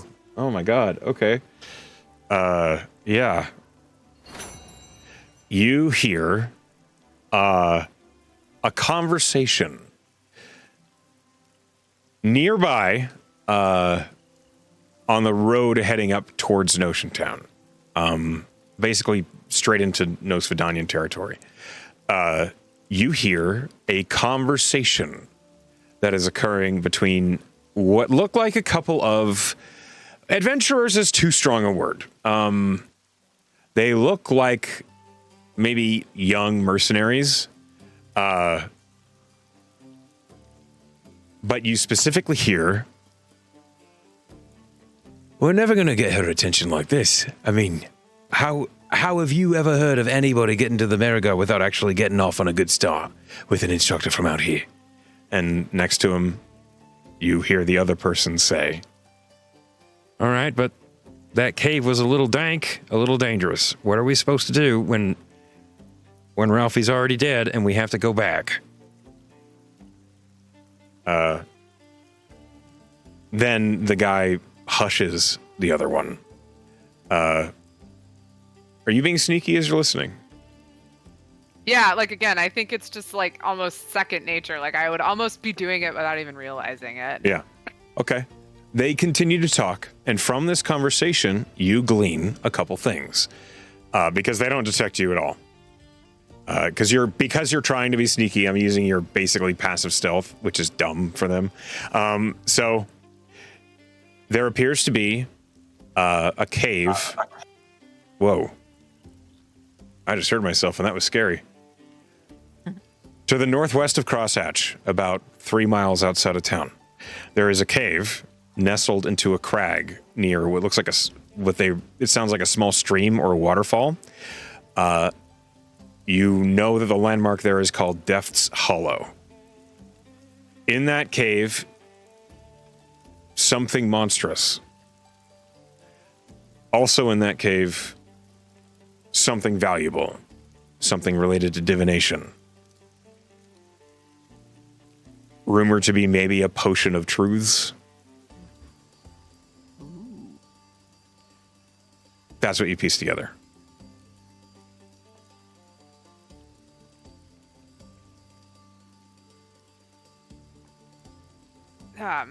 I guess like hearing that, just like I don't know if we're like walking down the street or whatever as the group like comes back together, I might say, so I'm getting the feeling from a few of the things we've been doing that y'all like to do good things, and am I reading the situation correctly? Good being a loaded word and all. Yes, I just something interesting. I've just been overhearing some talk in town, and thought this group might be interested to know that there's a cave that seems to have something monstrous in it. And perhaps it's something we'd want to go check out at some point if we have the time. Might be something to help people in town out if we take care of it. That sounds nice. We just need to figure out Tess's time. Oh, understood. Order of operations and all. I'm just throwing out the option. Yeah.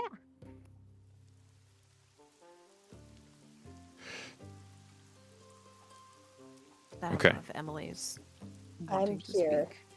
Yeah, Tess is sort of like, I really want to get into random adventures, and I recognize that you're authors and everything, but a part of it is that I don't exactly know what the next step is in order to get where we need to go with this thing. So, but we are running short on time, and we do need to get where we're going to a certain extent. Well, yeah, I mean, and especially because what we're trying to do is get to the place where we can do research to figure out.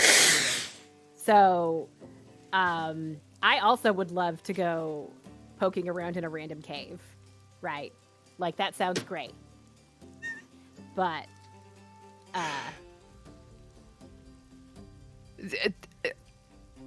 I'm not feeling one way or the other, just sharing the information with y'all. I don't know if this changes minds, but I heard there might be a potion of truce. In case that might be useful to the group. Oh, what does that do? Truth? Oh, wait. Tess, wouldn't that... I don't know what it does, but truth sounds important, right? Yes, but we don't. The more important thing that we need is who. We need a who before we can know what the truth is. Well, how does What? it work? I don't know. It's Well, not my what does the potion. potion of truth do? There's an apothecary right over there. Tridonia. She like runs off to the. Okay, you run to the I know. apothecary. I did not remember her name correctly. but Tenedre. She's Lady yelling Tenedre. Okay. But she likes you, so it'll That's be a fine. country. Tridonia. You run into the apothecary. Lady Tenedre's helping another customer. As you blast in, she just, oh, Claudia. Did you forget something? What does the potion of truth do? What kind of truth? There's many potions of know. truth. Quill. I don't remember. I don't have. What am I talking about? I'm a rogue. I don't have message. That's my other character. Yeah, Quill will come running up and say, I don't know if I have much more for you. I just heard potion of truce, but I think there's an S on the end. Plural truth.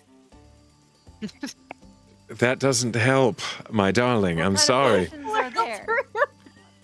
There's a potion of glorious truths, which lets people reveal their innermost wishes to themselves if they're suffering trauma. There's a potion of reveal truth, which is the sort of potion that makes people tell you the truth, whether they like it or not. And then there's the potion of the Sphinx's truth, which grants you one divine answer from the ether, basically. That one. That's the one we want. I don't have one. Okay. Tess. Have you heard of one maybe in the area? Have you heard of a potion of truth maybe hidden outside town somewhere that adventurers have been attempting to find? Caves. Okay. Yes, I know there are caves. Oh, hold on. I need to roll for Tenedre. My terribly high roll has created a bad situation. Lady Tenedre seems to gather herself, and she says, "You are in Crosshatch. It is a hub point for many of the roads in nearby territories. However, much of this land is not explored. There are wilds, and you can stumble a few miles the wrong direction and be a place no one has mapped or explored. So, maybe I have not heard of a potion of truths, or truth, or any of the previous listed truths existing in a cave nearby, but that doesn't mean there isn't one. There's many errant wizards' towers and hags' huts and witches' homes and lairs that have been abandoned or deserted or still in service. There are hags out in the woods that you can just stumble upon. It's dangerous out here, so to answer your question, I don't know."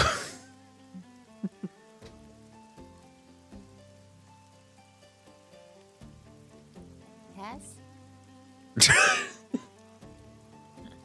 Did you run into? I don't. Claudia, I know that you're excited, but I really think that our course of action is to just go to the library. I would like to hit up some temples here to see if I can find anything about the vision that I had, but I think the Okay. best course of action is, unless we don't even know what kind of potion it is, and we get it. See, I'm hearing you, but what if you communed about it? Oh my gosh. Okay. Is the potion a potion of Sphinx's truth? Yes or no? And then if they say no, okay, we move on.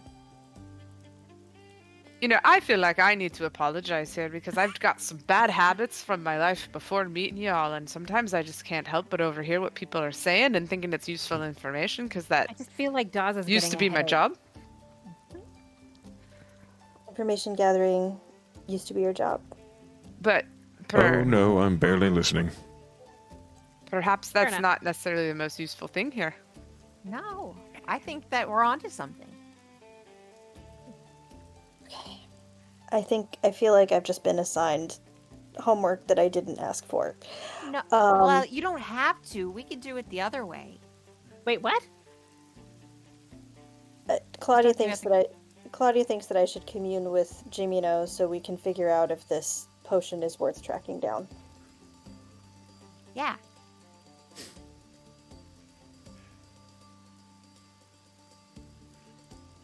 I mean, how much could it cost to commune, right?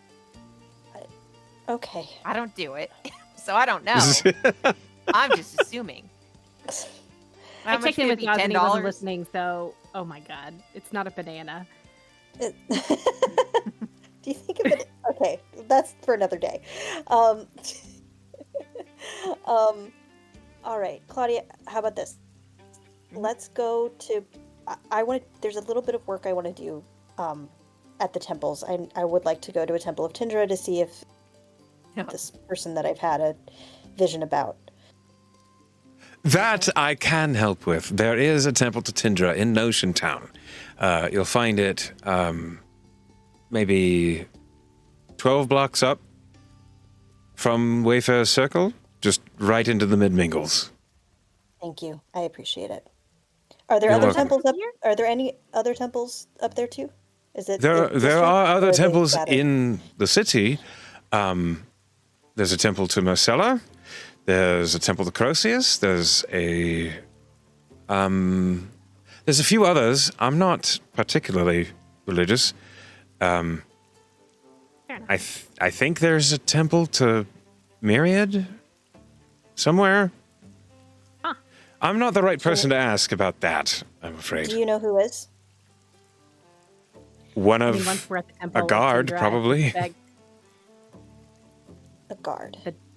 I suspect that once we're at the temple of Tindra, they'll be able to tell us. They'll be about able to direct us. neighbors. Yeah. Maybe. That Yeah. is for I mean- most likely certain. Yes. All right. That's great. Let's do that. Also, one other quick Visited a question. temple of Tindra before, but What is the best food in the city Not for in your opinion? Oh. In my opinion, the roasted honey lemons are amazing. Where, like, if you were going to have your last meal, where would you eat? Is this a threat? No, it's just a really, really, if it was a meal that mattered. All right. She, looks at you. There's definitely some, For what it's worth, that is also Claudia's response. She points out into the Wayfarer Circle, and she says, going right towards the east hairpins, there is the Velvet Meridian, and it is a fine house of, well, it's a restaurant, and they do roasted honey lemon, and it is to die for if you haven't tried it.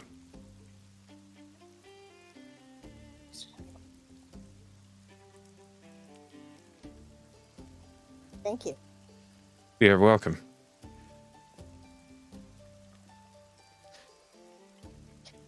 All right.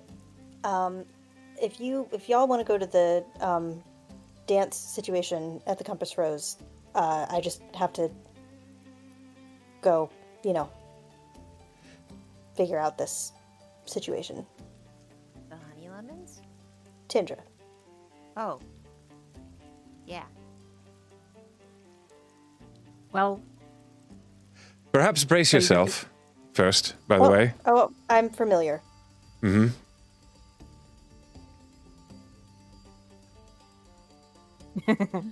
it's a good time. Tenedre does not further comment. Yeah. Thanks for the advice. Yes. I think we are going to go dancing. And I suppose that visiting the Temple of Tinder is something that you may want to do privately. That might be best. As they start to sort of mosey out of the apothecary shops and Again. her counter, She goes back to handling the customer. That was like just this little halfling was like, "What's happening?" Velen is going to kind of sidle up to Tess and put her hand sort of mid-back, about where, if Tess were an Azamar, where her wings would come out. Okay. And she kind of leans in close and she says,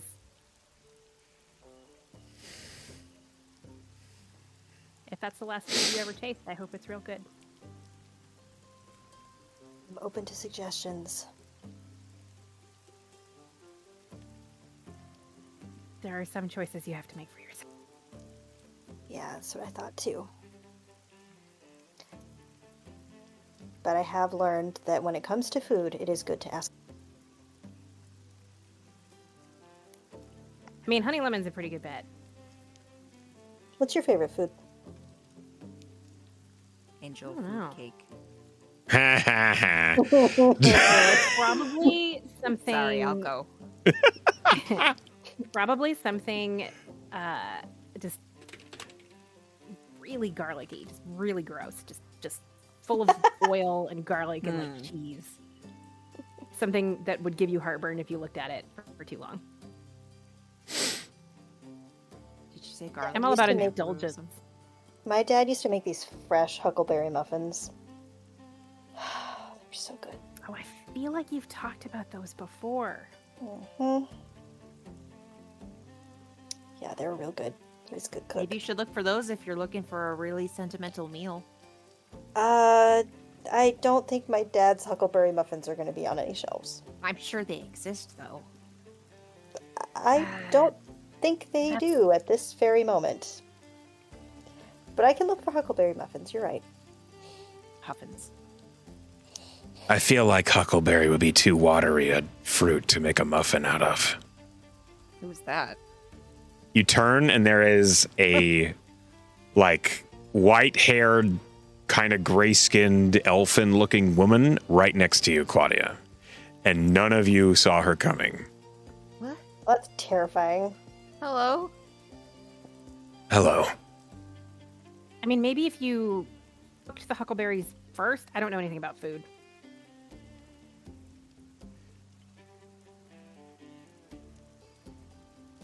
Hi. Well, do they cook the huckleberries first? Yes. They're macerated a little bit. That makes sense. Massacred? Macerated. Okay. Who are you? Rekna. Rekna? Do you need adventurers? No. Or directions? No. What? Is there something in particular that you do need? Yes. What's that? A recipe. Just answers. Oh. What does this lady smell like? To what? What does this lady smell like? That's a really good question. Roll perception. Should always anticipate that I'm gonna ask that question. I rolled 23. Answers. She's gonna. She smells of late night loneliness and fresh fallen rain. She smells of dust and like a room that hasn't been occupied for years. So, kind of crypty. A little bit. Graveyard. Not undead. You don't smell any rotten flesh or anything like that. Sure, but someone who might hang out there and read like poetry or something. Yeah, I guess. You found a goth. Okay. How do I'm you about do that. goth? That's great for us. It's just a simple question, real quick. And I'm sorry to bother you all. No, this is very interesting. That's good. You're the one that I'm interested in. Who? You. Me? You. Have we met? In a way. Jericho? No. Okay, I think it was possible. She like her eyes flit over to Velen, and then she looks at you and she says, I'm called Lycansbane. Oh. Sword? There is a sword called Lycansbane. That's the only Lycansbane I'm familiar with. Then you know me. She, like, just kind of cautiously looks at the rest of the group. Guys, I'm confused. All the sentient weapons that I'm familiar with have, the They don't soul is people. inside them. They don't people. Are you a sword? Yes and no. Can you explain things in a way that I understand? I don't think so. Maybe we should, I don't know, sit down somewhere and talk? No, this is You said fine. it was just one question. Oh, right. I haven't asked my question yet. What is it? You are a lycanthrope. Yes. That wasn't a question. Oh, okay, you're making a statement. Okay. Do you sing for the wilds or for the moon? I haven't thought about Start. it. Is there a right answer? Yes. Are you gonna hurt me? Maybe. Oh. Which clan did you fight for, Claudia? Oh, the wilds. Right? Is that right, guys? Because it's the moonies and that they're the moon, right? Did I fuck up? Sorry, I'm dying. We are called the Wild Hearts. The wilds! Are you sure? Because it looked like you needed a whole group's consensus just now. I don't know what the question means. You don't need See how to. it is? You see how it's difficult to decide things that are important sometimes? I'm just Can I- saying. Can Claudia get a think- little introspective I and, think and she kind just of feel it out? didn't have the words. You can I think be she- introspective if you want, Claudia. No one's going to tell you you can't self-reflect. Can she just is there kind of like a vibration of one or the other that feels like it suits her better? I mean, roll a self-insight, I suppose. Yeah, self-sight. Oh my god. 12. You don't know. Not really. Wilds. All right. You say wilds once more. Wilds hearts. I get the feeling you're not taking me seriously. I am. You said you're gonna hurt me. I said I might. Yeah, if I get it wrong. I didn't say that. Well, that was the natural conclusion, I think. For the wilds. Yes. Or is this She like a religious thing. What religion? Well, the moon is Luminas. Or And Astros. Astros. Oh. Wilds, final answer. You've said that a few times. Well, obviously I'm committing. Okay. Claudia lifts her shield. This woman, you do see she has like a short sword on her back, like up high over her shoulder, but she doesn't reach for it. She looks tired.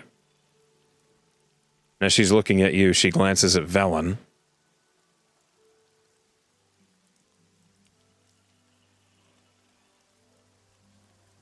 Good luck. And she vanishes literally in front of you. Was that your sword? I think the answer to that may be somewhere between no and yes. That's what she said. Can someone just talk like a normal person? Words aren't always exact. Well, I need them to be at a 3rd grade reading level. It seems like there's a connection, but I can't say that I understand it. Okay, I'm glad that I'm not the only one who doesn't understand. I suspect that if she makes a particular determination about you, perhaps she won't hurt you as badly if she That would be nice. hits you. But Well, it I would seems like it if like Velen stopped hitting me with Lycan's Bane, but if it happens, it happens. I mean, I would like that too, but sometimes we can't choose what to do when we're charmed.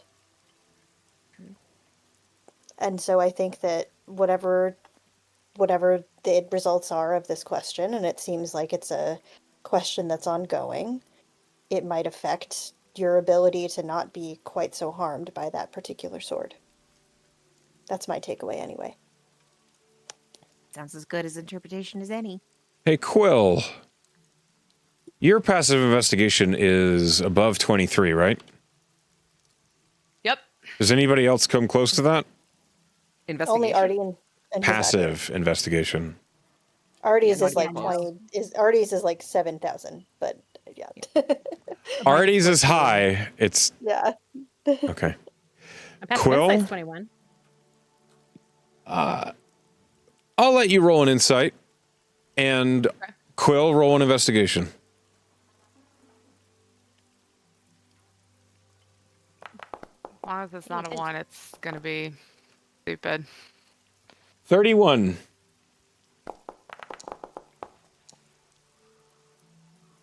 27. 27. Velen, she wasn't breathing, Oh my god. but she had the presence like someone who is very much alive. There was, even though she was pale, there was definitely like a slight glow to her face. You don't believe it was undead. Quill,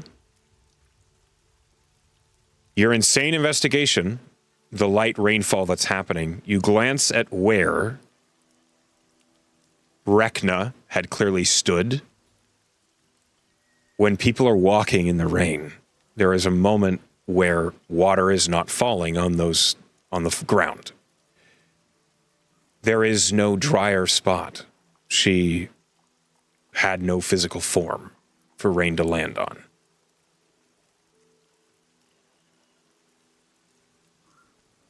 That's what the two of you gleaned from those rolls.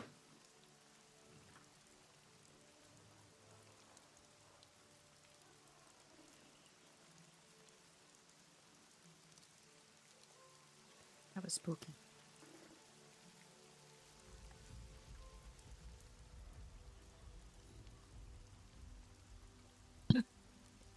So, Should we keep going? as you consider the ramifications of whatever that was that just happened, we're going to go ahead and take a short break. Okay. We'll be back in 5. So, after that weird encounter, and Rekna has vanished, Tess, I believe you were heading towards the Temple of Tindra, or not. We talked a little bit over the break, and I think we're going to maybe all have a meal together and have some drinks first before Tess disappears for her mission. Okay, sure. Do you seek out the Velvet Meridian like Talandre had recommended? Tess is going to make a play for is going to be like, can we maybe all have honey lemons or similar, please, together, maybe, perhaps? My treat. I will get everyone dinner. As long as there are also drinks. And also drinks. Dinner and drinks, I will get them. Woo! You don't have to get the drinks. We can all, I mean, we can get rounds like normal people. Oh, okay. Yeah, come on, let's do it. I think it's time for some important drinking games to happen. Okay. Important drinking games. Great. All right. Sure. You head to the Velvet Meridian, which is a fine establishment. We're going to use the same tavern splash that we use for all taverns forever. Because it's the one that exists.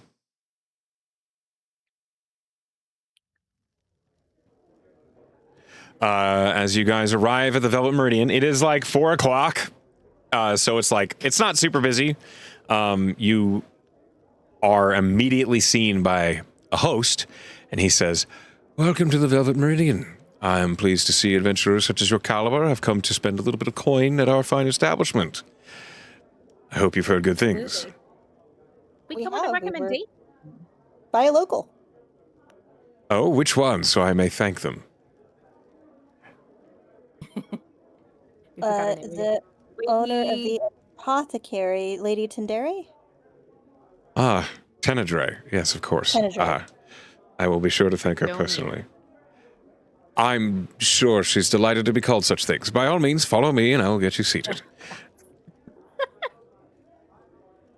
And as he does, you see that this restaurant is about as nice as it gets. Velen, you've seen places that are this posh and well made, and Yeah, I was thinking Velen's having like flashbacks. yeah. It's like, oh yeah. Claudia, this is the moon to you. This is like everything's like hand carved, and like there are ornamentations all over the walls. There are banners and curtains that like partition booths away from the walkway and stuff like that. And the smells are, well, everything smells amazing. All the food that you're smelling, all the meats and fruits and vegetables, your mouth is watering and you didn't even realize you were hungry. Sure. And everyone smells that, not just Claudia. You all have noses, but Claudia's the most effective. And you guys are brought to a long table. And as you are, you hear music is playing. It's not loud, and you don't see like the minstrels or anyone playing it, but you do hear music playing in the background. Velen is like immediately twisting around trying to find the bard. Roll an investigation.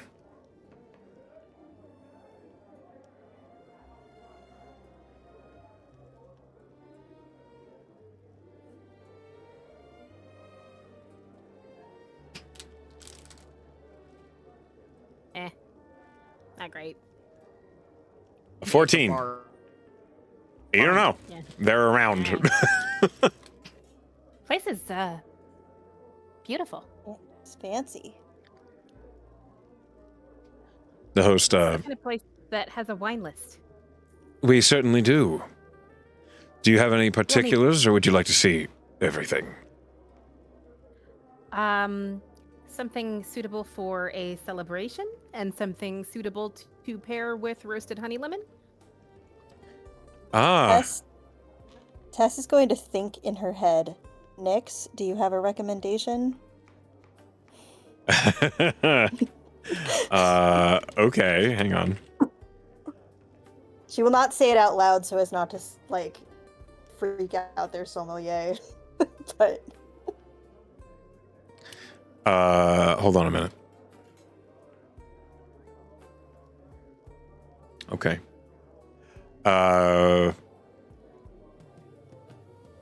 Where did I had a page for this. Okay. Nix, in your mind, you suddenly hear, "I always recommend Mystic Dew."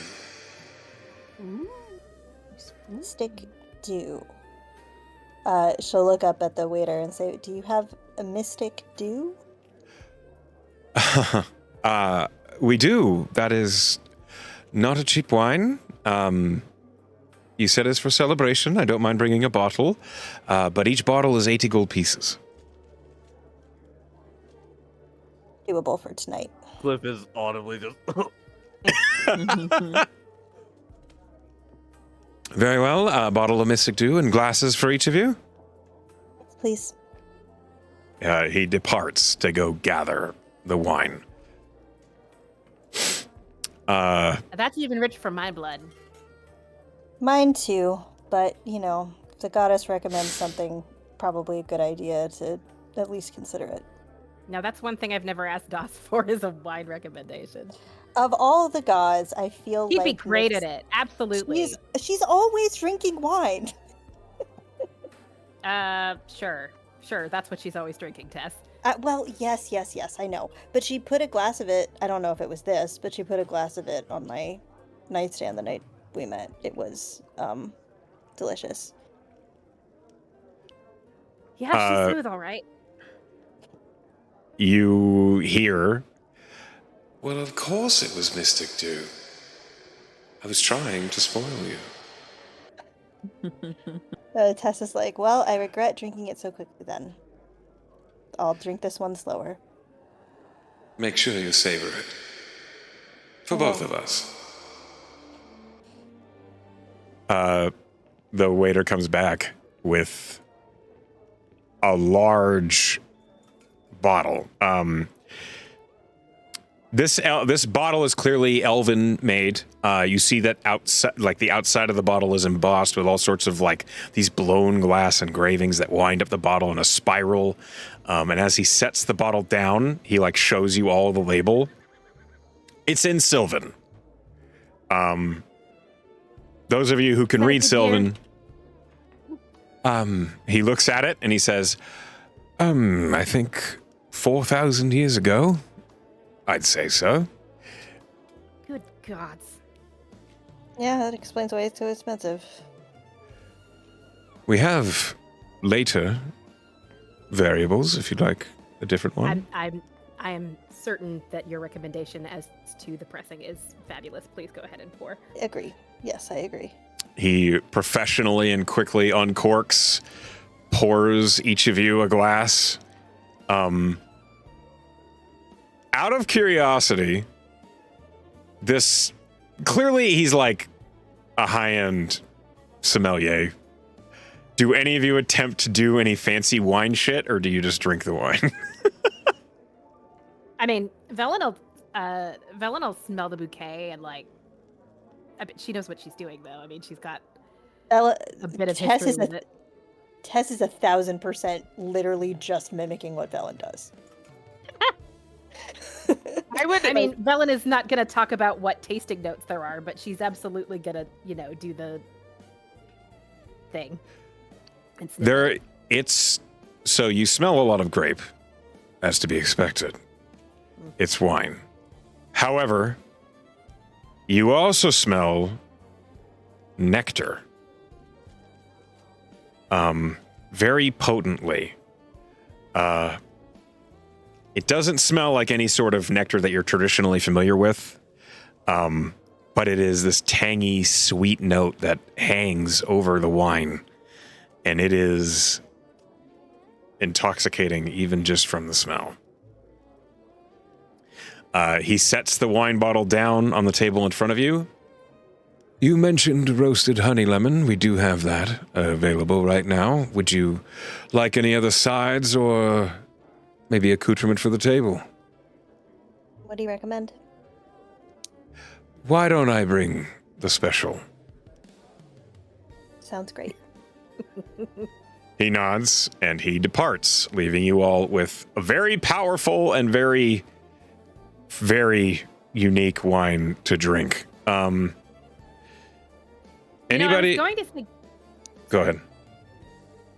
I was going to suggest that we play a little, drinking game, but this seems very disrespectful to the vintage. I don't know. I think we could take sips. The vintage seems like it might be pretty powerful on its own, I suspect. Yes, as I was going to say, everyone who takes a drink, please roll me a con save. Hell Yeah, I think it'll be fine. Yeah, like she takes one sip, she's like, it's gonna be fine. I rolled a 12. Okay. Oh, I rolled for my D&D sheet. Sorry, I keep forgetting. Natural 20, though. Okay. Finally rolled bad. It didn't find the VTT, but it's a 19 total. Okay. DC is That's DC is 17. Fail. Gonna be some drunk ass bitches. In the club. Natural 20 for 26. Okay, so anyone You're who failed prepared. on the first drink is buzzed. Anyone who succeeded is tipsy. I think this will do for a drinking game, Velen. We just gotta be sippy with it. Those of you who are tipsy or buzzed have advantage on charisma checks and charisma saving throws. Nice. Those of you who are buzzed have disadvantage on dexterity and strength checks and saving throws. Okay. So So you're getting game- drunk. super drunk. The game that Velen was gonna pitch is what the fuck is up with that? Since we were talking about needing to do some getting to know you. Okay. Do you want to explain the rules? So I don't actually know how the rules work in character because out of character it involves rollies. So I don't know if we're flipping coins or what. We all take out You would draw our cards. D20s. Okay. So, okay, we'll just pull out cards. I'm sure one or another of us have cards. I'm pretty sure I do, actually. Yeah, I think In you're my the one head. that has cards. Yeah. Makes sense. No, I don't. Damn. You have cards. We I move have on with our some lives. Very fancy cards. If you want Okay. actual cards. Okay, so playing what the fuck is up with that? Basically, we do rollies, and the highest roll gets to ask the lowest roll a question, and the question has to end with what the fuck is up with that. And you can either, the lowest roll can either answer the question truthfully or drink. Yeah. So Also, as a going rule, someone who has been asked cannot be asked again until everyone has been asked. yeah, so that So no one gets ganged up on. so nobody gets ganged up on. Yes. Okay. Rollies. Everyone roll a d20. Everybody roll a d20, and we see what we do. I think Tess is asking. Oh, nope, Velen is. No shit. Looks like Velen is asking Quill so far. Oh no, that's a con save. Yeah, I think Uh-oh. I think it might it looks be like I'm. I rolled a Claudia. 10. Okay, Roll so you're asking. Okay, so Velen, you're talking to Claudia. a woo. Claudia. Hi. This is good. I like this It wine. is. It's really nice.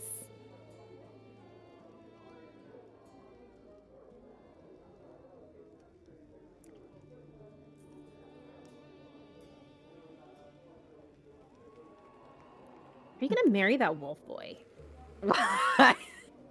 Wow, you coming in hot, Velen. What the fuck is up with that? You're right. I didn't say the question. Shit. What the fuck is up with that? No. Um, You don't have to answer. You can drink. That's what this game is about. Oh no. She just grabs the bottle and pours a glass for herself and down. Okay. She looks Don't very drink it so embarrassed. fast. Savor it. It's already gone. She's as red as the wine. Oh my gosh, that's so cute. I'm sorry. I have regrets because now I know you're gonna come for me. But so worth it. Okay. So I guess we roll these again. Okay. Everyone roll again.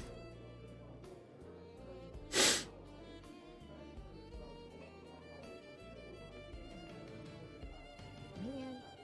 I clicked the wrong thing. Tess rolled a 1. Tess rolled a 1. Tess rolled a 1.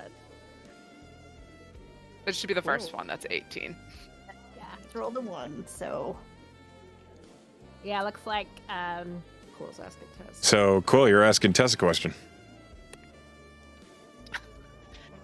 Tess, I gotta ask you. There's a beautiful lady with red hair following you around, and I want to know what the fuck's up with that. That's a valid question. That's a fair Good question. So we had a friend once. His name was Oh, no. Seeker. He sort of ill-advisedly became a vampire. But He didn't make then that choice. Sort of broke some rules. Yeah, he was a little bit. And he became a vampire, and that was fine, but kind of difficult in the moment. And the thing is, when you are drunk from as a vampire, as I personally discovered in Malachor, because we were there for a while, it feels great. It's really good. It takes you out of your head. And some things had recently, if she's very hard not to look at Velen, that were upsetting to me. So I made a perhaps poor decision to ask to be ghouled by Seeker when he was a vampire. And then, very unfortunately, he happened to die, well, be killed by his former god, Saren, that night. And so I still Really have until the terrible end of timing. tonight. What? Oh, sorry. It's terrible timing. Like It was terrible timing. It was really not good. didn't even get. It was. I Anyway. didn't really have any. Yeah, I didn't really get any benefits. benefits. It literally was like I got ghouled, and then 20 minutes later he was fighting in a death match. Really unfortunate. So it was not great for me. But then Nyx, that's the red-haired lady, is the goddess of vampires, and she offered me to basically change me into a vampire, instead of continuing to be a living, using the kind of leftover power in his that's sort of still in my blood from Seeker. So that's the big decision that I'm dealing with. That's what the fuck is up with that. Also, today's the day I have to choose to live or die. So, Tess does not need to, but she takes a small sip of her wine because Nyx told her to say. Quill tops you off Definitely. after that story. Quill picks it up and tops you off. Definitely, when you have to make that kind of decision, I can think of no better time than to be raging drunk. Time to pull cards. Okay. Everyone rolly. Ooh, Velen. Oh shit! Ooh, another nat 20, Velen. I rolled bad again. Don't ask me questions about my I love life. can't ask Claudia again. Good. But You- but Quill rolled Quill. a 7. Quill's up. Yeah. Quill.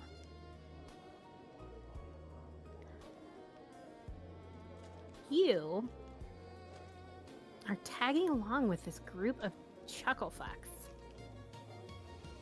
What the fuck is up with that?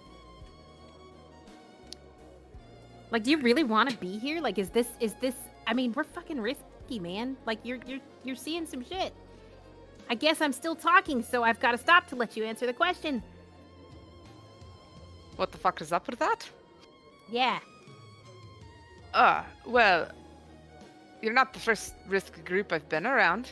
Y'all seem quite nice and maybe a bit more have moral compass guiding you than the group I was with before.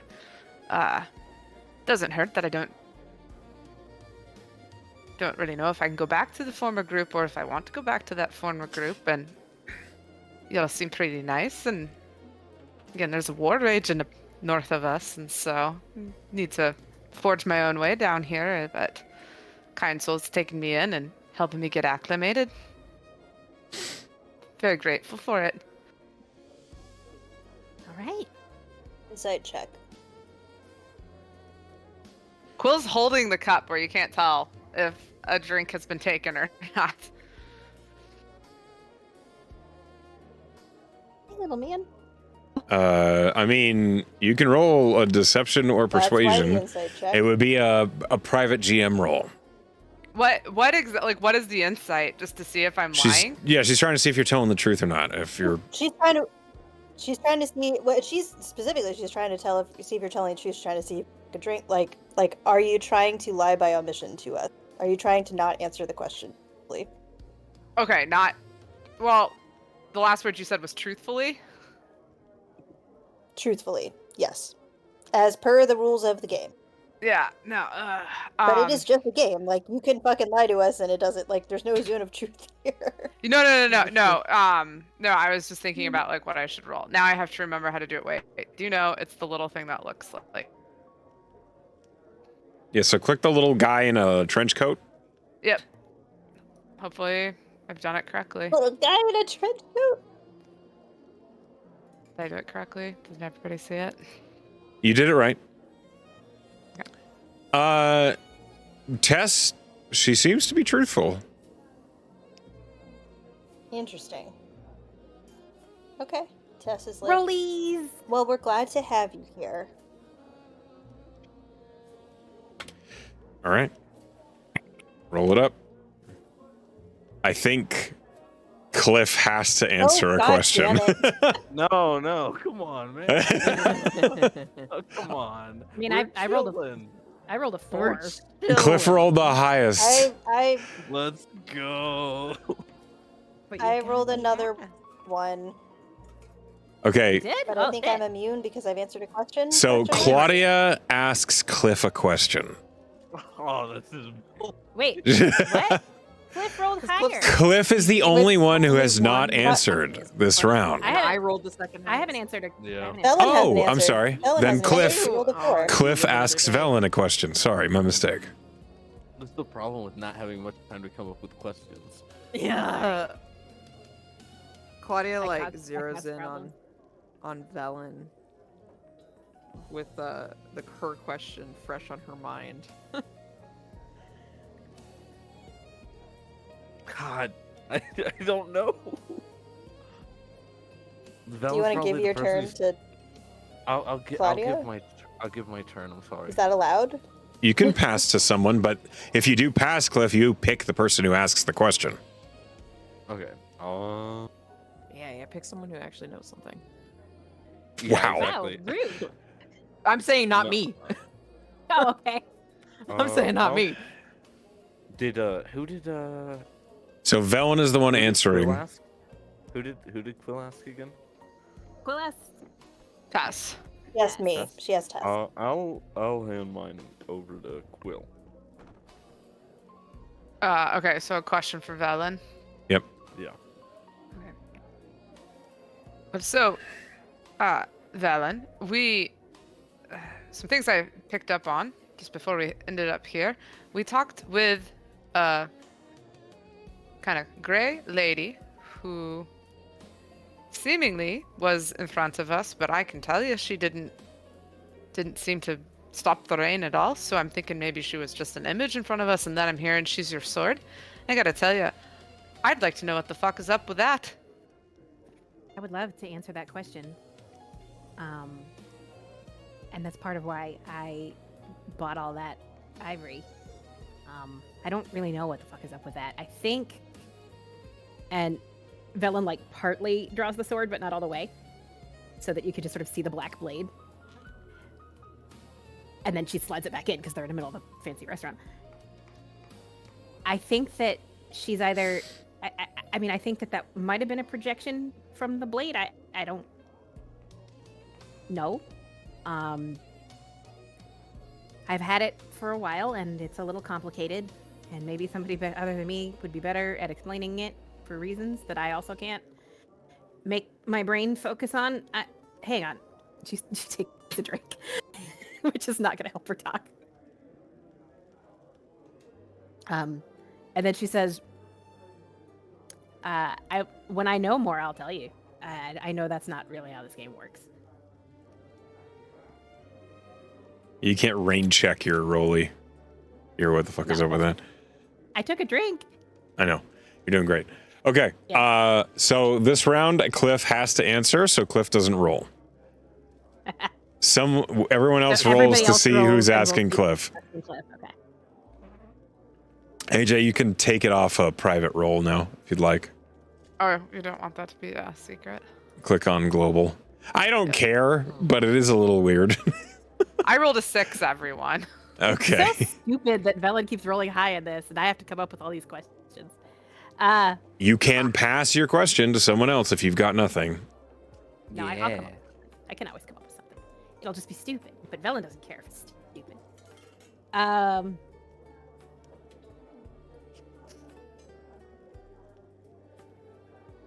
Cliff, Yeah. how did you learn to hit a guy with another guy so good? I feel like we went over this. Are you sure you want to ask this question? Well, I'm a little drunk, so I don't remember.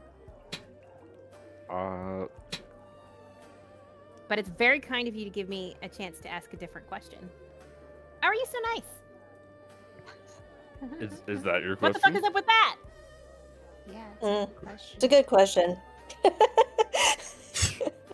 Like, seriously, how are you so nice? I don't get it. I am curious as well. Even Nyx. Nyx. Even Nyx is like, sus.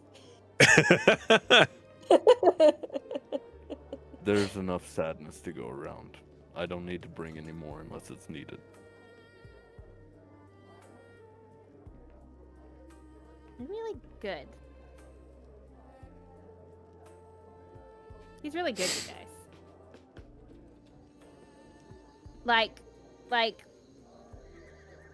Quill is talking about good and bad and whatever.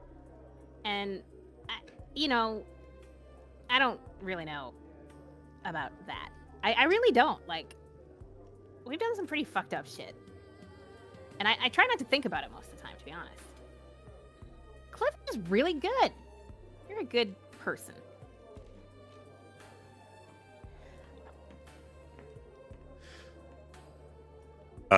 Okay. Are we doing another round, or are we done? How much wine is left? There's about a half bottle. I'll do another round.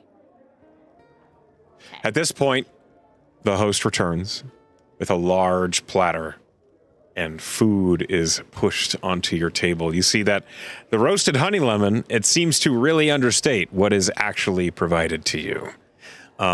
Each platter, there is a honey lemon, which I don't know if you know what a honey lemon is. It's kind of a pear-shaped fruit.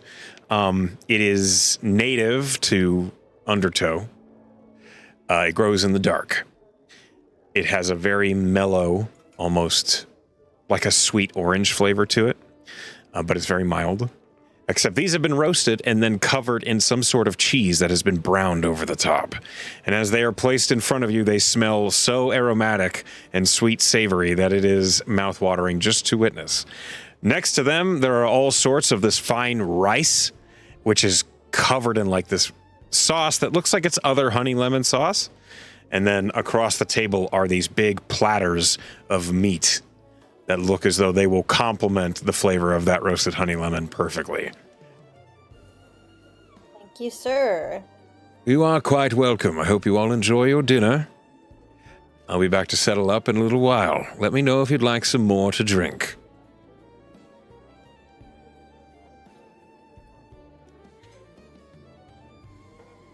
Yes, ma'am?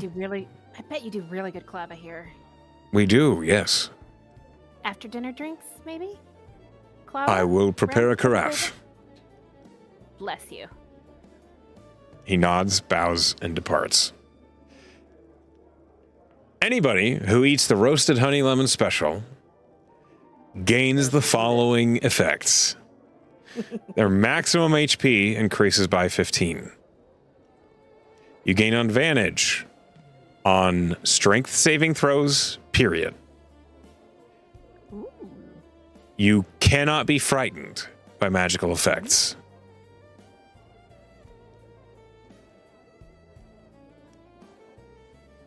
Did you say our max increased to by 15? Yes, your maximum hit points increase by 15. Good ass honey lemons. Doesn't want to let me do that, but I'll just write it down.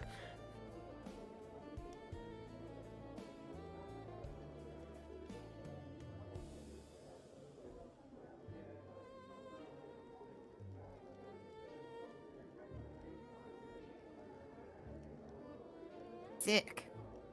This is really good. That's really, yeah, it was a good recommendation. I was just talking about stuff covered in cheese earlier. This is amazing. Yeah, this is a good thing to be covered in cheese. So, Quill, can we don't know if we're still playing the game, but you said there's an organization that you work with, and you're not sure if you're going to work with them again, and you're kind of gathering I'm not going to be information. working with them again. Well, Sounded like what were they? They seem, and you're really interested in good or bad. So I feel like maybe they were, in your estimation, bad. Yes or no? Well, here's what I can tell you. It's real confusing. I don't know if anybody else has had this experience where you grow up in a situation and you're told very clearly this is good and this is bad and this is what you do and this is what you don't do. And you do that and you're very good at it and you do well. And then suddenly something changes and you have to wonder to yourself, do I trust any of the people that I've ever been around? Have they been lying to me my whole life? And then it gets to be a bit too much and you say, you know what? It might be worth crossing a war zone and going south for a bit and just seeing what the rest of the world has to show you. it.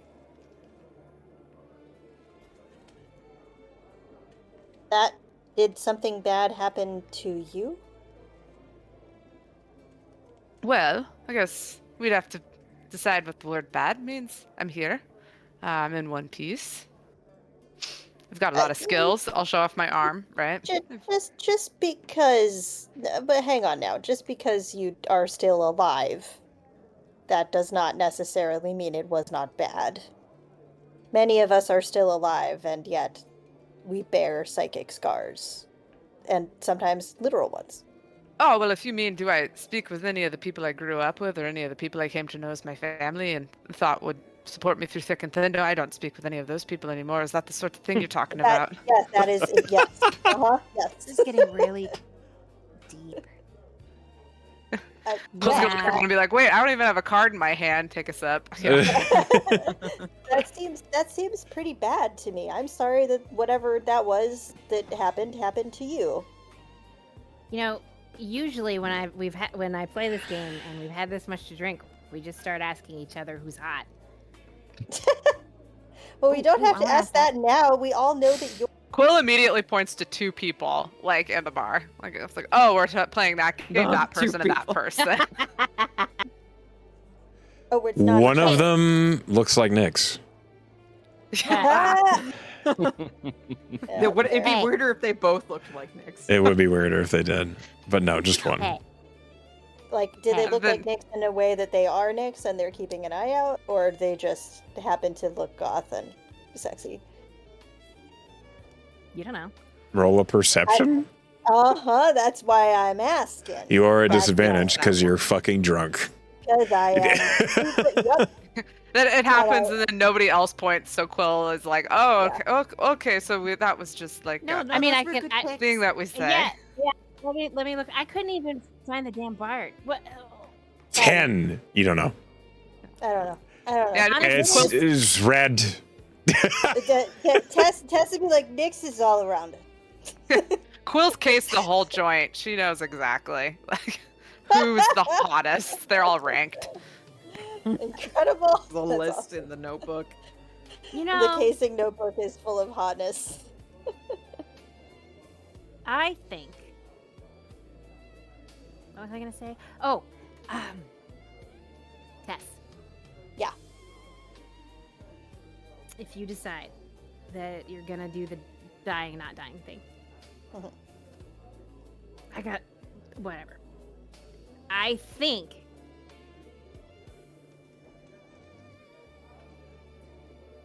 You know, we got your back either way, right? You know that, even though I was kind of a shithead about it. So, no one actually would answer my question about whether okay and I could have food if I did it, so I didn't know that actually. I mean, You can And- have food. What makes you think you wouldn't be able to eat? No, eating in a way that would sustain me, Nix. Oh, no. I- Afraid not. I mean, I admit I let Seeker feed on me once, and I found it very disturbing, and I don't know I that know. I could let you do that. Mhm. And also, I Um, don't think, given our whole, I don't think it would be a good idea. It would not maybe be a good idea, perhaps. I mean, I hear what you're saying, and I think that that's probably a good point. It wasn't what I was thinking though. I was just thinking about, the thing where it disturbed the fuck out of me. I was thinking about that too, and also about the other thing from my perspective, because, yeah, sorry. That makes sense that you would think about it from your perspective, and I'm sorry that I was very self-involved That's okay. in that whole thing. Tess is, like, looking out of the corner of her eye and blushing a little bit and, like, trying to figure out if Quill is taking notes in her head. Yeah. I'm gonna drink some more. And then, Claudia, have a history with this, and I don't want to inflict that on you. And also, Quill and Cliff, you are perfectly lovely, but you do not really know me, and if you did not trust me, that is understandable and okay, because it's a pretty vulnerable thing to have a creature drink your blood. So, that's part of my decision-making process here. Not just the blood. If it was just blood, it would be easy. I know. It's also that I would know what your emotions were, I think. All of them. A sipping straw. What? What? Like you don't have to get it from the tap. Oh, Okay, You I just, like, could pour it not into hear a all of cup. the words that. Yeah, Penn Claudia, said. I Penn, feel you're like they were incredibly important. quiet suddenly. Hello? Yes, Okay. can hear you now. I said you don't have to get it from the tap. Have you considered just kind of like bleeding into? It's not about that. It's like you can't hide from a vampire or a kindred, sorry, if they're drinking from you. Like. That is pretty not sure- entirely true. I'm pretty sure Well- if it's you can say kindred or vampire, whatever the fuck you want. I Next don't. you I care. want to be respectful of the culture. Yourself, though. Like, you can call yourself whatever the fuck you want. Okay, that's fair. All right. What do you mean it's not entirely? I can decide not to learn stuff about a person. No, you don't get to make that choice.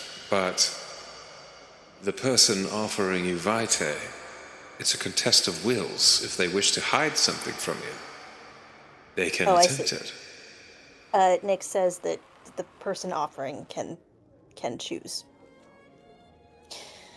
I just can contest. It would be a vulnerable position to put everyone else. And I think that in some ways that would be good for me to learn. And it would there's a lot of self-growth things that would be good about it for me, and especially also many other things. But I also don't want to kill any of you by accident or because of needing to drink the last drop of someone. And plus, we already have one hungry vampire in this group. Don't bring me into your decision making.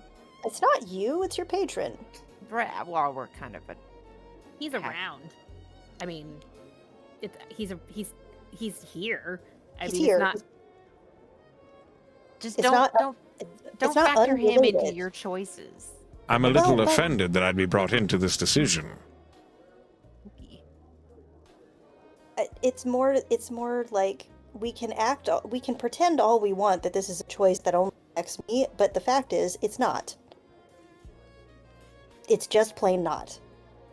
It affects you more than it affects any of the rest of us, and I think that none of us want to be the person who is telling you what to do with your life. Yeah, but I But- also don't want to be the person that decides a thing that is I do not want to be this thing in a situation where no one is willing to give me the thing that I need to survive. it's one thing to imagine, okay, I have to be dependent on people that like love and trust me and are willing to help. And it's not that you're not that, but it's like it's complicated. It is, and I will tell you that as uncomfortable as I am with the idea of it being a regular thing, if it was a choice between you being dead and me giving up my vitae, however the fuck you say it, you would not die. Like, I can be uncomfortable for a few minutes and then get drunk and soak my head in a bucket. Like, we would not let you die. Artie reminds you something about being a snack. Yeah, he would absolutely say that. He said he would do it, so. Come on, I'm a snack. Yeah, many times. Sometimes, fuck, I don't even know what I'm saying.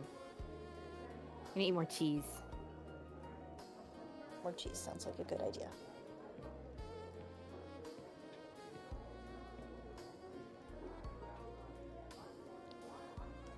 Like, none of us were comfortable when... I mean, there's lots of times that we're not comfortable with shit that we have to do. I have to sacrifice souls. I know I just said that wasn't related, but like... I was literally, I was gonna... That was my example that I didn't want to say. We've accepted... like, have I told Quill and Cliff that? Oh, fuck. I don't think they know that. I feel like what the fuck is up with that? I think what the fuck is up with that is warranted. Especially since, by the way, how many souls are left in the pantry? Probably not very many. I need to restock soon. Now, I did hear you guys mention the pantry when the devil was here. So I'm gonna take back my question. What the fuck is up with that? Which pantry? Thinking about this group from the outside is so nuts. Oh, God. Which devil did this come up with? Artie's friend. Raxiel, probably. I said I might have some in the pantry. Raxiel. I am a warlock, as you may have noticed. Mm-hmm. I'm more of a fighter than a warlock, but there is some warlock in there, and it is a pact that I made under duress at the time. He was dead at the time. I was dead at the time. And the deal was that if I was allowed to be brought back, that I had to supply my patron with souls to consume. So sometimes I have to make sure that there are souls at his disposal to consume. And no one here is happy about it, but it's just the way it is right now. It's just the way it is, and I don't love it because as a cleric, the idea that souls aren't going to their gods is upsetting to me. And also, by the way... Settle down, they do eventually. You don't have to fucking justify not liking the soul-eating part. Like, oh, listen, God. okay, and the It's not a justification, it's true. That's why I don't like it. The important context here is that he is as respectful of wishes as allowed, in that if I designate which souls I give him, I could give him some pretty shitty people. But if I don't, he chooses for himself, and I like to avoid that. And we do this. We love Claudia. That's why. And we love Tess. So if you have to fucking feed, we'll deal with it. Will it be our favorite thing? Obviously not. But that,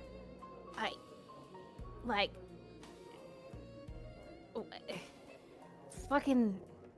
The difference is we didn't really have a choice because Claudia was dead, and we do have a choice about whether or not I'm dead. That's true. And when you say it like that, I start to get a little upset because I understand what this is. But you being even a little bit dead is upsetting. Yep. It's upsetting. Like, I understand that people have been sort of like trying to I understand that people have tried to be like light about it and not talk about it, but like I'm trying to figure out whether or not I want to die. As they're having this conversation, Claudia, you in your mind you hear, "Oh, get over it. Death is just another beginning. Honestly, mortals and your hang-ups." Claudia refrains from sharing his opinion with the rest of the group. Yeah, what a hypocrite. He didn't want to be dead. Yeah, right. He literally wants to That's wish. true. He would have chosen not to die if he could have. Which is another thing that But I I'm don't like, know oh, that, man. so. Yeah, I don't know that. Tess doesn't know that, but Emily. Look, look. I mean, I do want to be respectful of your choices. I do, because I am very judgmental. And I don't. That's not something that I was trying to be. And I prayed to Jamino about it, actually. Really? But they can only tell you so much. You have to make choices for yourself. That is fundamental. Fundamental to being a religious instrument is recognizing that faith is a choice, and your faith is your choice, and your actions must be your choice. And all I can do is help guide you. And all I can do is respect the boundaries that you put in place. And if you don't have those, I don't know what the fuck to do. But I can tell you that you are my friend. And I got a little fucked up, but whatever. I love you. I don't want you to die. And I don't want you to stymie your own power. I don't want you to stifle yourself because you're afraid of offending me and my squidgy control freak not wanting shit. But life is so much more than power or not. I don't know, Tess. It really has to be up to you. Claudia, would you be afraid of me? What? No. Not even a little bit. Even if I were a vampire? It's not like every vampire has ever harmed me. A very shitty vampire hurt me, but I've met a lot of really good ones too. Liam is just hot. He really is great. just hot. He really is. He just, He yeah. does have big daddy energy. Lord Achatari was nice. I liked him. I don't know if I don't know that he was nice is the word. Artie comments on him being his best friend. Yeah, he's Artie's best Charming. friend. Charming. He's extreme, charming, and very effective. I would call him effective. Effective. I Effective. Reverie yeah. was great. I don't know if I would call him nice. I don't know Brilliant. if nice and effective are the same thing in Definitely this not. context. See, I moved on. Reverie's great. Reverie is. Yeah. Mm-hmm. Yeah. She's real hot. Wow. I'm not even. That's also true. It wasn't what I was thinking, but it's also true.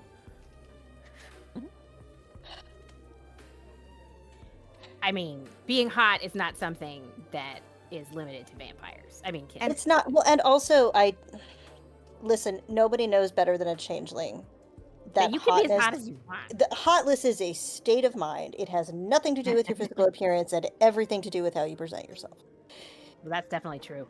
I can look however the fuck I want. It has nothing to do with how hot I am. It is absolutely a state of mind.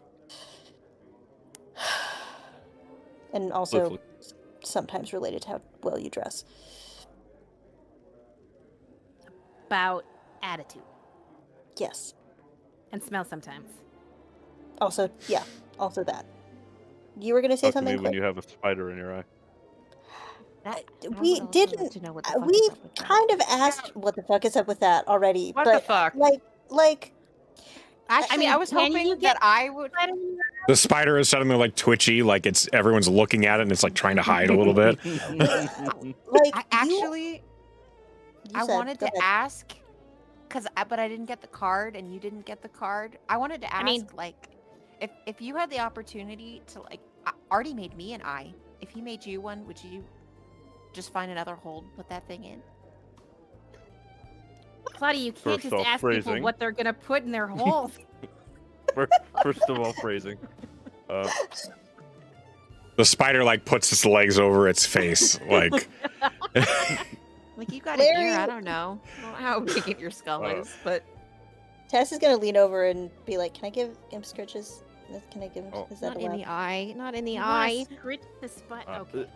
She, Take it out. Spider's cute. Larry can crawl down for scritches. The face spirit creeps down the cheek a little bit, and you can. It's scritches. Tess seems- is she's so drunk. She's so content. See, would you consider getting another eye? No. Oh, she sounds disappointed. Claudia, I gotta tell you, your eye is not less creepy. Yeah, you got an eye made Wow. of nightmares. I don't think that Your you eye can is really literally made of comment on the spider. nightmares. It's not Wow. like it. It's not Wow. less creepy. It's really not. I'm sorry. I didn't choose what was going in my eye socket. No, Hey, Cliff. maybe Cliff didn't either. Cliff definitely did. Cliff, Yeah. I have a question. I have an Would answer. you like a hug? I would love a hug. I'm gonna give you a hug. She does that. Drunken hugs. She is clearly Drugs. drunk. Just like, okay, we're hugging now. Quill, here a question. You're taking notes on us. Did you tell us who this for? Like, Oh, are you reporting on us to somebody else, or are you just taking your own No, I'm personal reasons? No, not at all. No, sorry if that's how it felt. It's just it's always been natural for me to take notes. I was trained to do so, and so I don't know what I'd do with myself if I wasn't taking notes. But I meant it when I said I'm self-employed now, so I guess the notes are for myself. Okay, but You gonna- is your write a employment book? mercenary now, or do you have like another? Do you have like a job on top of this job? She's gonna write a book. She's employed with us, but like, did you came here and you said you were already self-employed, and that was before you joined. So, did you have a job before? Like, what was your self-employment before you were Yeah. I just want to make a joke about asking for tax returns now. Well, we don't have that. Samurais have tax returns. Where I went to. No. Well, I suppose when I'm saying I'm self-employed, it's just I'm the one taking care of me, and the work is just for me, and there's no one else I owe. Okay. So- Got nope. Yeah. See. Okay. So I grew up with my dad, right, and our friend Cal, and we were self-employed as con artists, which was like Oh, I our see. employment. Sure, So, yeah. like it's why it's important to be specific sometimes. I don't really do that anymore. The It's self-employment. good and bad. I mean, I grew up, and where I grew up, it was employed is not something we were supposed to do because that is beneath.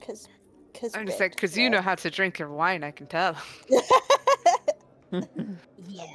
Cliff, did you grow up so rich? when I became Oh no, sorry. Go, Evelyn. Sorry. when I became, I'm sorry, I was just drunk and rambling, but No, when I Rambo, it's good. became Your voice is pretty. employed as a musician, it was, and it was great. That's it. That's my whole story. Sorry. Go on. To Whose turn answer your is it to talk? question, I've worked in the mines since I was old enough to. Oh, so not so much with the being rich. Not quite. Oh, but okay, but you were a fighter though. Is that how did you get employment after being a fighter? After the mines, did you become a fighter and then that was your employment? That's the question. I eventually became a stage fighter, if that's what you mean. Well, Was- that's hot. What's that? You fight on stage, right? Where you fight on stage, Yeah. so you look cool, Hence the name. and people pay. Did you wear a People leotard? pay because I did not you wear a look- leotard. What? What did you wear? Is- Was it like Spartan? No, I'm curious as well. What did he wear? I thought you were gonna marry Thomas. I didn't answer that didn't. question. She didn't. She can. do what she And wants. I don't see what's wrong with asking what his attire was. For the record, I don't know. I need to see if he'll answer this. Oh my god, it was Spartan. Hang on. You can't Well, cheat if there's nothing to hide. Hang on. Okay. I guess he's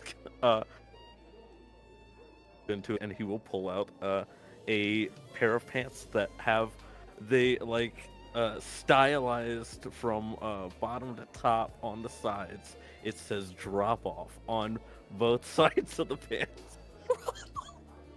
Drop off. Oh Was my that your god, you name? still have them with you. Was drop off your name? Your like stage name? I am so happy right now. Has anyone heard of this stage fighter? Roll history. Anybody who's proficient or half proficient in history. Oh my The god. room is gonna be like, oh my god, is that drop off? I rolled Yeah. really So 17. fucking drunk. I didn't even roll with disadvantage. I'm just fucking drunk. I rolled a 17. Everyone's plastered. I don't think you would have heard of drop off, Claudia, I'm afraid. But Claudia and That's Jericho right, I came got rolled. from Keystone. 7. So we might have passed through the area he was fisticuffing. No, I'm afraid not. Tess? Maybe? No, I got a 7. I got a 7. I was Oh. disadvantaged. Nope. Yeah. I don't know any Nope. fucking thing. He was not he was not that famous. You got the...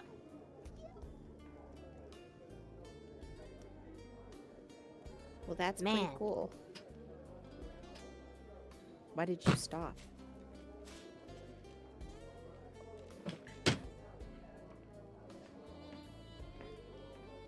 I feel like there's been a lot of questions. Yeah, it's like getting to know you evening.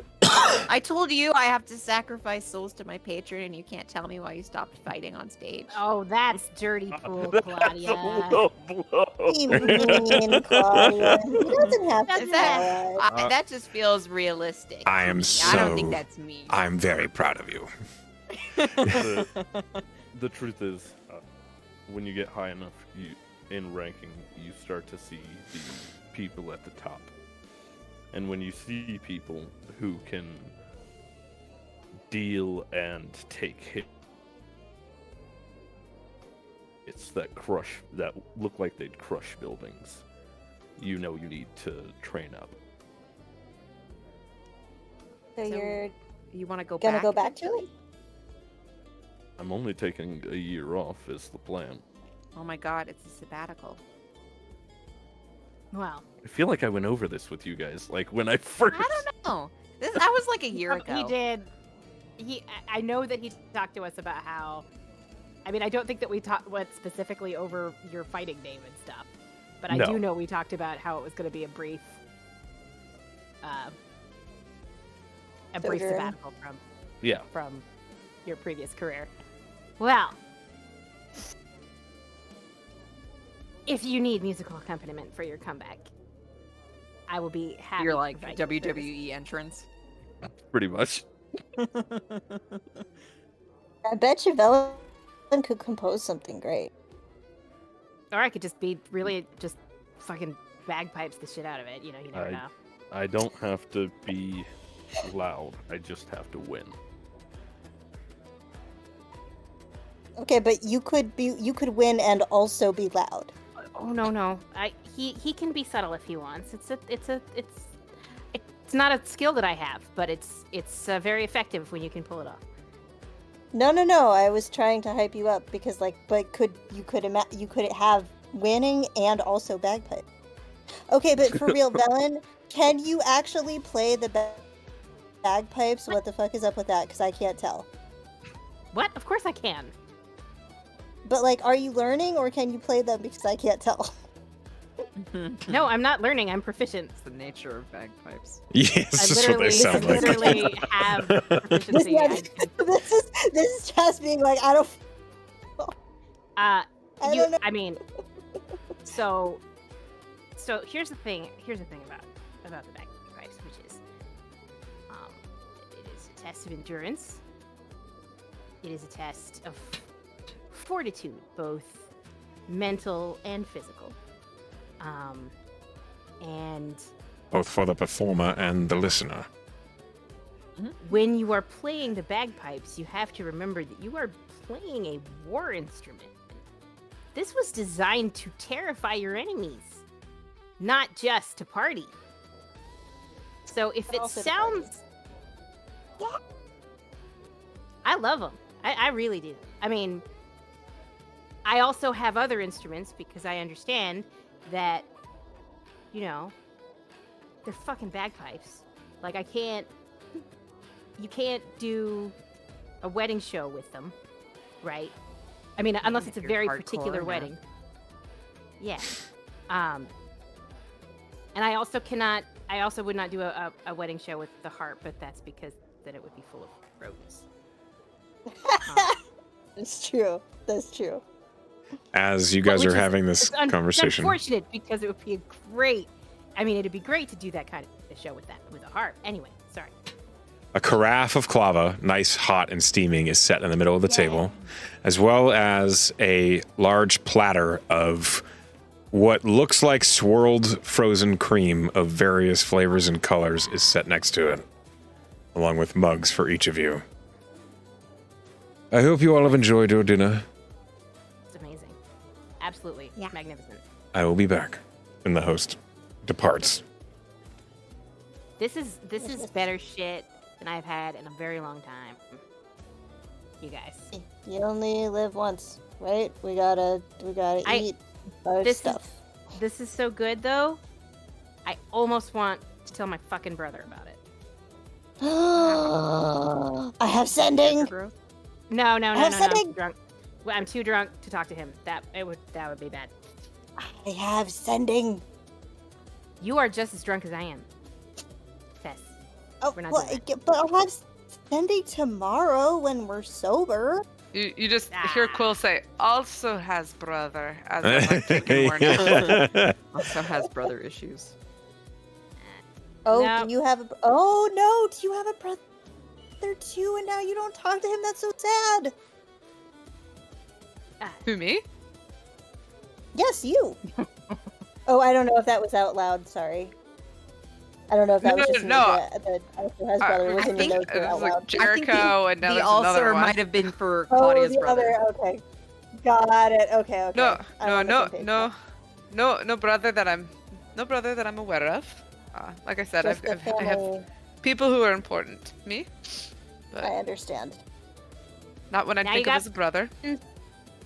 Cliff, Loud friends. you said you had a family, right? Was it your dad that was your mentor, or was your Correct. another person? Your That dad. was my father. Okay, and your dad is still alive. That's correct. Excellent. I love that for you. Mine probably is too. Yeah, we don't know yet. I'm really optimistic. My dad would be so happy his boots have passed without a trace in them. Well, it sounds like we're on our way to see him. Isn't that correct? Isn't that like our whole thing here? Sort of what we're trying to do. I mean, I think that it's eventually like it's hard to say because his soul in a is soul coin. theoretically he's in a soul coin. Stone. And so I don't think we're actually going to the hell Right, or sorry, I said get the wrong word. maybe the hell's stone where he's a soul stone, and we don't know where that is. But we do know that the seventh trellis is like killed him and is trying to kill other people in this like cleric Ligletalac, which is like the cleric thing. And so we're trying to figure out like I got a vision about the next person I think that's going to be killed, and we got to try to stop that before it happens, and then hope that will give us the puzzle that we need to get my dad's stone back. So I don't think we're not going, it's like not a one-to-one straight line, I don't think. But you guys, I don't know how I still don't know how we're gonna, even with the, Maybe if we had a potion of I don't know how you get, The potion of truth. I'm gonna, at this table, I'm gonna roll my divine inspiration for the day, because that's Okay. literally all Go for has, like, all Yes, we're all like fucking drunk at this table eating ice cream. Oh my god. Oh my god! Did it work? Oh, Oh, shit, it's 19. Oh, I it thought it was- was a 9. Oh, Emily. you it should was re-roll really low anyways. though. What? You should re-roll it. She's saying you should use an inspiration want and me to try burn again. it? You can use one of mine, All right, hell. fine. Damn it. Yeah. Nope. I mean, it's literally the longest shot of the game. Yeah, but I mean, we also have that wish, but I don't really know how to ask a question that would necessarily solve, like. Wish is Like, You could ask. Crazy. I'm spitballing here. You could ask the wish for a potion of Sphinx's truth. Sphinx's. what? Is that something that the wish could give? I don't know if that's something a wish could Why give us. not? Because wish is a spell that's specifically prescribed. We should limits. ask wish what. We should use wish to ask what wish can do. And then we would need another wish to wish the wish. I bet that Nyx we knows learned what from wish the can do. I bet Nyx knows what wish can do. Yeah, I bet. So does every fucking wizard there is. What? We don't need what? Does wish do? Already knows. Like, here's the thing, though. Like, especially a wish that we're not like casting ourselves. I don't also know know how what much wish you to can do. trust it. It's in my spell list. I'm a bard. I don't know You how should much be we can able. trust You it. you know what wish does, I literally Bellin. know what wish does. You think just It because the has- wish is in a sword that you can't trust what it will tell you? No, that's no, not. it's more That's that not how it's it more works. that like it's more that like it's no, it's more that like I don't Swords know. can be It's like perfectly trustworthy. no, I would never, I'm saying never say that. swords are perfect. Yeah, your sword. Yeah, that's what we haven't talked about tonight. Is your sword? No. problem. We're let's not get off track here. We I want to literally did. We Look. literally talked about my sword. Quill asked me about it, and I said I don't fucking know. Because I don't. And I'm not gonna try to cast Legend lore while I'm 3 Cs to the wind. I 'cause just it would feel like probably just be a there's a shitstorm. potentiality to expedite our questioning for your dad's thing, and I don't understand why we're not trying. We could try. I'm just concerned that our current path is going to take a long time. Like, we don't know how long it's going to take and what kind of enemies we'll be up against and stuff. Well, and, we don't know even anything. what kind of It's better All than right, all right, nothing. all right, all right, all right, All right, fine. I'll cast commute. all right. Wait, Right, what? What? It's not spending any resources. Drunk commune. Drunk commune. Wait. Hey, I'm not saying don't. Are you communing right now? Yes. I feel like she's gonna like accidentally cast commune with or some shit. Because she's so drunk. I don't know if she can even do that. How, no, I don't you think go that's to how your- it works. You're a cleric. Um, You go to your cleric. God. We go to your cleric god. Yeah, I think she's gonna, let's see, state change. How would we cast commune here? Thanks for I the think- warning. Sorry. It's okay. I Jess bullied is her. drunk. I'm sorry. Yeah. And also, yes, I was not. I was trying to cast it less. No, cast more. Oh my God. But I can talk to my god. I'm trying to So that's why do she's it. not doing it. She's trying to repair her relationship. Okay. She's going to it's Presty that can melt and unmelt things. She wants to have a state change to cast commune with. So I think it's going to be asking Valen to help melt a little bit. You want me to and- melt the ice cream? Just a little bit, so I can, because there needs to be a change. There's got to be. It's a ritual. There's a change state we got to do here, and I don't want to go from like Hang a on. stained table to an No. unstained Put table. some of, no, hang on. Gonna put some of the hot clava, right? I'm gonna put it in the Oh yeah, and then that's we're a gonna good idea. put the ice cream in the clava, and Yeah, it'll be That's- changed, and it'll be without Presty even. That's so smart. Okay, and also delicious. Okay, we're gonna ritually cast commune by melting ice cream into lava. Okay, you do that. You get a couple of weird looks from waiters passing by, but they don't stop you. So drunk. They're so drunk. You ritually cast commune on the table in front of you near the mug of clava that has ice cream in it now. 3 eyes of Jamino open. It's like a clava avocado. Jamino, Clava avocado. hello. Clavagado. I gotta know what God. kind of potion is this potion? No. Rumored potion. How do I in the ask a yes or vicinity. no question? This rumored potion is the Sphinx truth potion. The rumor we heard about. Say today is that the again? Sphinx's truth. The rumor that we heard about today that there was a potion that people were going after that was a truth potion, but we don't know what kind of truth potion. Is this Sphinx's?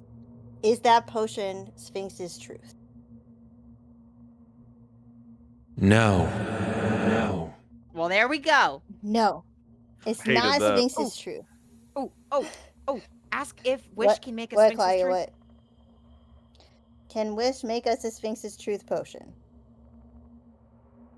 Yes. Ah, nailed it.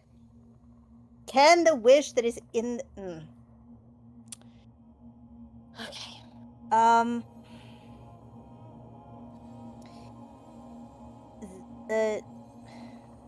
Are you proud of me? Aw. The drunk coming out. Tears in her eyes. Are you proud of me? Yes. That was a Thank good you. third wish. I mean, The commune ends, and the sounds of the tavern and restaurant return. Wish can make the Sphinx's truth, but I don't know if it's this wish in particular because I forgot to ask. However, Jamino is proud of me, what so do you that's mean the this important wish in thing. particular? I don't understand. The wish and sword, like we said. It's not the a tweaking specific of wish. The, remember it is the- just wish. I know it's not a specific wish, but if you want to do something that's outside of the parameters, you got to tweak the spell. It just said you could Right, do it. Velen? You're muted, Velen. Velen, you're muted. You're muted, Velen. It's wishes and spell. You cast the spell. Yes, you would have to effectuate it carefully and make sure that you worded it correctly, but there is no reason that you could not do any wish thing with this wish spell. Why do we want that? Because then you can say, "Who killed my dad? Who is the person?" That's the does thing, it though, is matter? we don't know if this is the person that killed. What we want is the person that made the contract. Then say that when you ask Kill the that question. person. Who is the person? Who is the contract maker? Who is the big bad? Velen, you know that wish the But the thing is, wish. if we know that, we You know that with the wish spell, you could potentially create a powerful magic item, but there's a pretty strong chance that the wish will break. You can also just wish for knowledge, but there are side effects, like too much knowledge. It may last more than 4 hours. Yes, and you should see a doctor. For your insanity, yeah. Yeah, this is a conversation that we should have while we are sober. However, As we yell at each other about wishes across the table. this is there are many potential drawbacks to using a wish spell in this way. And it for whomever casts it, and potentially for the world. So, Claudia, here's It is- my thing. Here's the thing. Here's the thing, though. Listen. You know God, how it's almost Velen is 10. like. You know how Velen is like. It's a holy quest. Like when we did the Beholder, it was like a holy quest for Velen, right? Yeah, it Remember, was we had to fucking burn the wrong. temple down. It Remember was where a I holy, was- it was a holy where I- quest where- because and I was- Dawes told Velen, right? So this thing and I that my fucked god it up, gave me. Tess. But no. This is about this. This is an example, right? Oh. So, my God gave me vision, so I could help this Tinder person, this Tinder person, right? This Tinder cleric, this name I don't know, and that's holy quest for me. And the thing with the holy quest is you gotta learn what the quest is teaching you. You can't just like get a shortcut. I feel And I like feel you're like trying to make what this you want- harder for yourself. No, Well, I'm trying to do the Maybe I'm quest. just not holy enough to understand this. There are two things. There are two things that are going on here, right? One is you want to save the priestess of Tindra from getting murdered, which is great, and the other is, can we use wish to do this thing? And they're separate questions. They're. I mean, we could do. Claudia is right that we are kind of overcomplicating each step of this because it feels intimidatingly large. Right, and I'm And trying also, to we make don't it know smaller. what to do. But the next step is to try to save the Tendra priestess, right? That's the what next I step. think. I feel like cutting head off of the snake is the All right, but whether the snake, Well, we also whether, need that. whether the snake has heads or not, we still want to make sure this lady doesn't die. I thought it was a man. And also, we still like. Here's the thing. Was it a man? We I don't can't know remember. very much about the state. We don't know his name. We don't know where he is, That's what other than the maybe snake's in a truth country. potion is for. But we don't have that, Claudia. We could. She just puts It's her just- hands in her hair. We could. It's just that. We if you could. look, if you use wish to create a magic item, you could fuck up and you have a broken wish and Can I and just everything is bad. Can I just lay out my thoughts just as Yes, dear. plainly as I see them? We could do the Please thing do. I've been suggesting. I think it would minimize some steps that we're have to take. And if we don't do the thing, well, we don't have anything to go off of right now. So I figured just getting something to give us a straightforward, correct answer like, this is the person orchestrating this whole thing, is a good jumping off point. It doesn't tell us how to solve the problem, but at least we know who we're fucking dealing with. That's it. That's all I wanted to say. Because if we don't do it, we're just sitting here and we still don't know what we're going to do. So that's been my problem this whole time. Right. So And that I'm was trying before to we solve had a that. wish. Yeah, I'm trying to I'm- help you. I'm currently under the assumption that I'm the one casting the spell if we're doing this because Why? Because be I Artie? have yes, Artie could also do it. Couldn't it be anybody who holds it? So because it's a wish spell, I you think it's probably already or want somebody yeah. with I think it's arcane. I mean, it is in the sword, so theoretically It's it just could be in the anyone. sword. But since you're talking about using it to create a magic item, I just feel like it would be safer. I mean, it's not ever going to be safe. It would be safer if it was somebody who had some arcane. knows what they're doing. Yeah. I mean, I could be wrong. I don't know what the fuck I'm talking about. I'm drunk.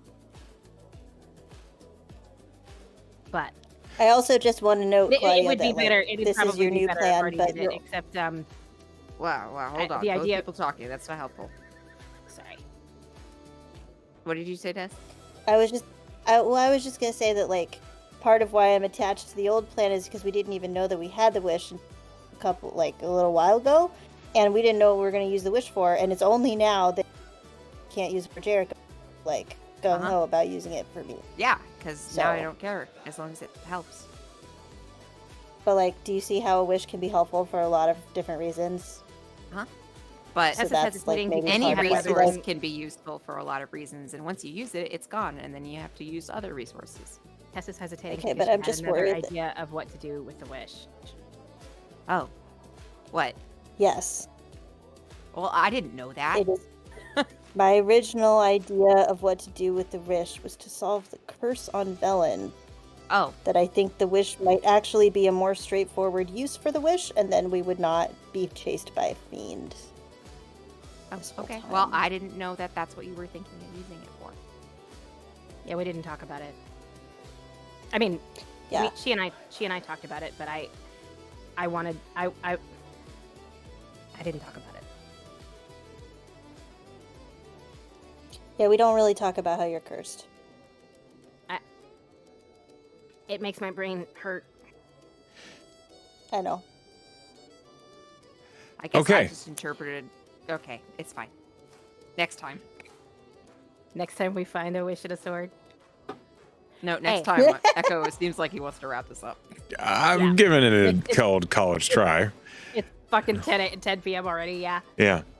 We can have drunk conversation all night, but instead we are going to go ahead and call the session here.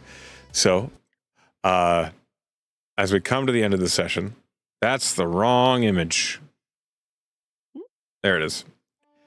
I want to thank you all for playing with me tonight. You're all various stages of drunk. Before we come to the end of the session, we must give everyone opportunities to vote on a player that did something that they liked. So we're going to start alphabetically with AJ, as we must, for her name is first in the alphabet. So AJ, by all means, who did something you liked? This was fun getting to know everybody tonight. I am going to give it to Cliff because true to what Tess was it Valen? I think Valen talking about how nice Cliff was. I feel like Cliff was inundated with a lot of questions outside of gameplay, and then finally diverted with just this has been a lot of questions, and that really cracked me up. Okay, I vote for Sleepy. Next, Pen. I'm gonna give it to Tess for using the last communion to ask Jimino if they were proud of Tess. It was very real, a very genuine vulnerability, and something that a drunk person would absolutely use their third communion question for. In the heat of everything, are you proud of me? Okay, Emily, who did something you liked? Everybody did something I liked, but I'm gonna give it to Quill because Quill being like, okay, this is twice now that you haven't haggled. I see a place that I can be helpful. And then teaching Ellen, and then using observation to also watch. So cute. I loved it. Okay, I vote for AJ. Sal, you're up.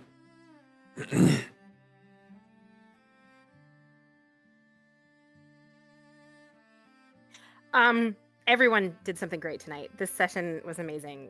I'm struggling a little bit, but I'm going to give it to Claudia because the first time that I cracked up tonight was during the sort of comedy sequence where she was running back and forth to get information from people, and then the apothecary, and then Tess, and then the apothecary again. It was very funny. So, but there was a lot of funny shit. This was so fun. I feel sad that Dooch missed it, but me too. We're still at the table. Hopefully, we can do a what the fuck is Yeah, he'll just jump in immediately drunk, like Artie has been here the whole time. Yeah, exactly. It's gonna be great. Drunk Artie next session. Last but not least, Sleepy. I am also going to give it to Quill because just for being the mom of the group and then making sure her dumb little non-haggling children did it right. It was fantastic. Phenomenal. All right, which means, AJ, you take it. You've earned the player's vote for inspiration this session. Well done. I want to thank you. Might come from like a lot of training. It's very weird to be around such an untrained group. Untrained and undisciplined. Yeah. Anyway, thank you all for playing with me tonight. I hope you guys had a good time. And to those of you who are at home or at work watching and listening, hi, Pen. Hi, Sleepy. Hi, class. Hi, Emily. Hi, everybody else. We love you all. And I wish you a good night.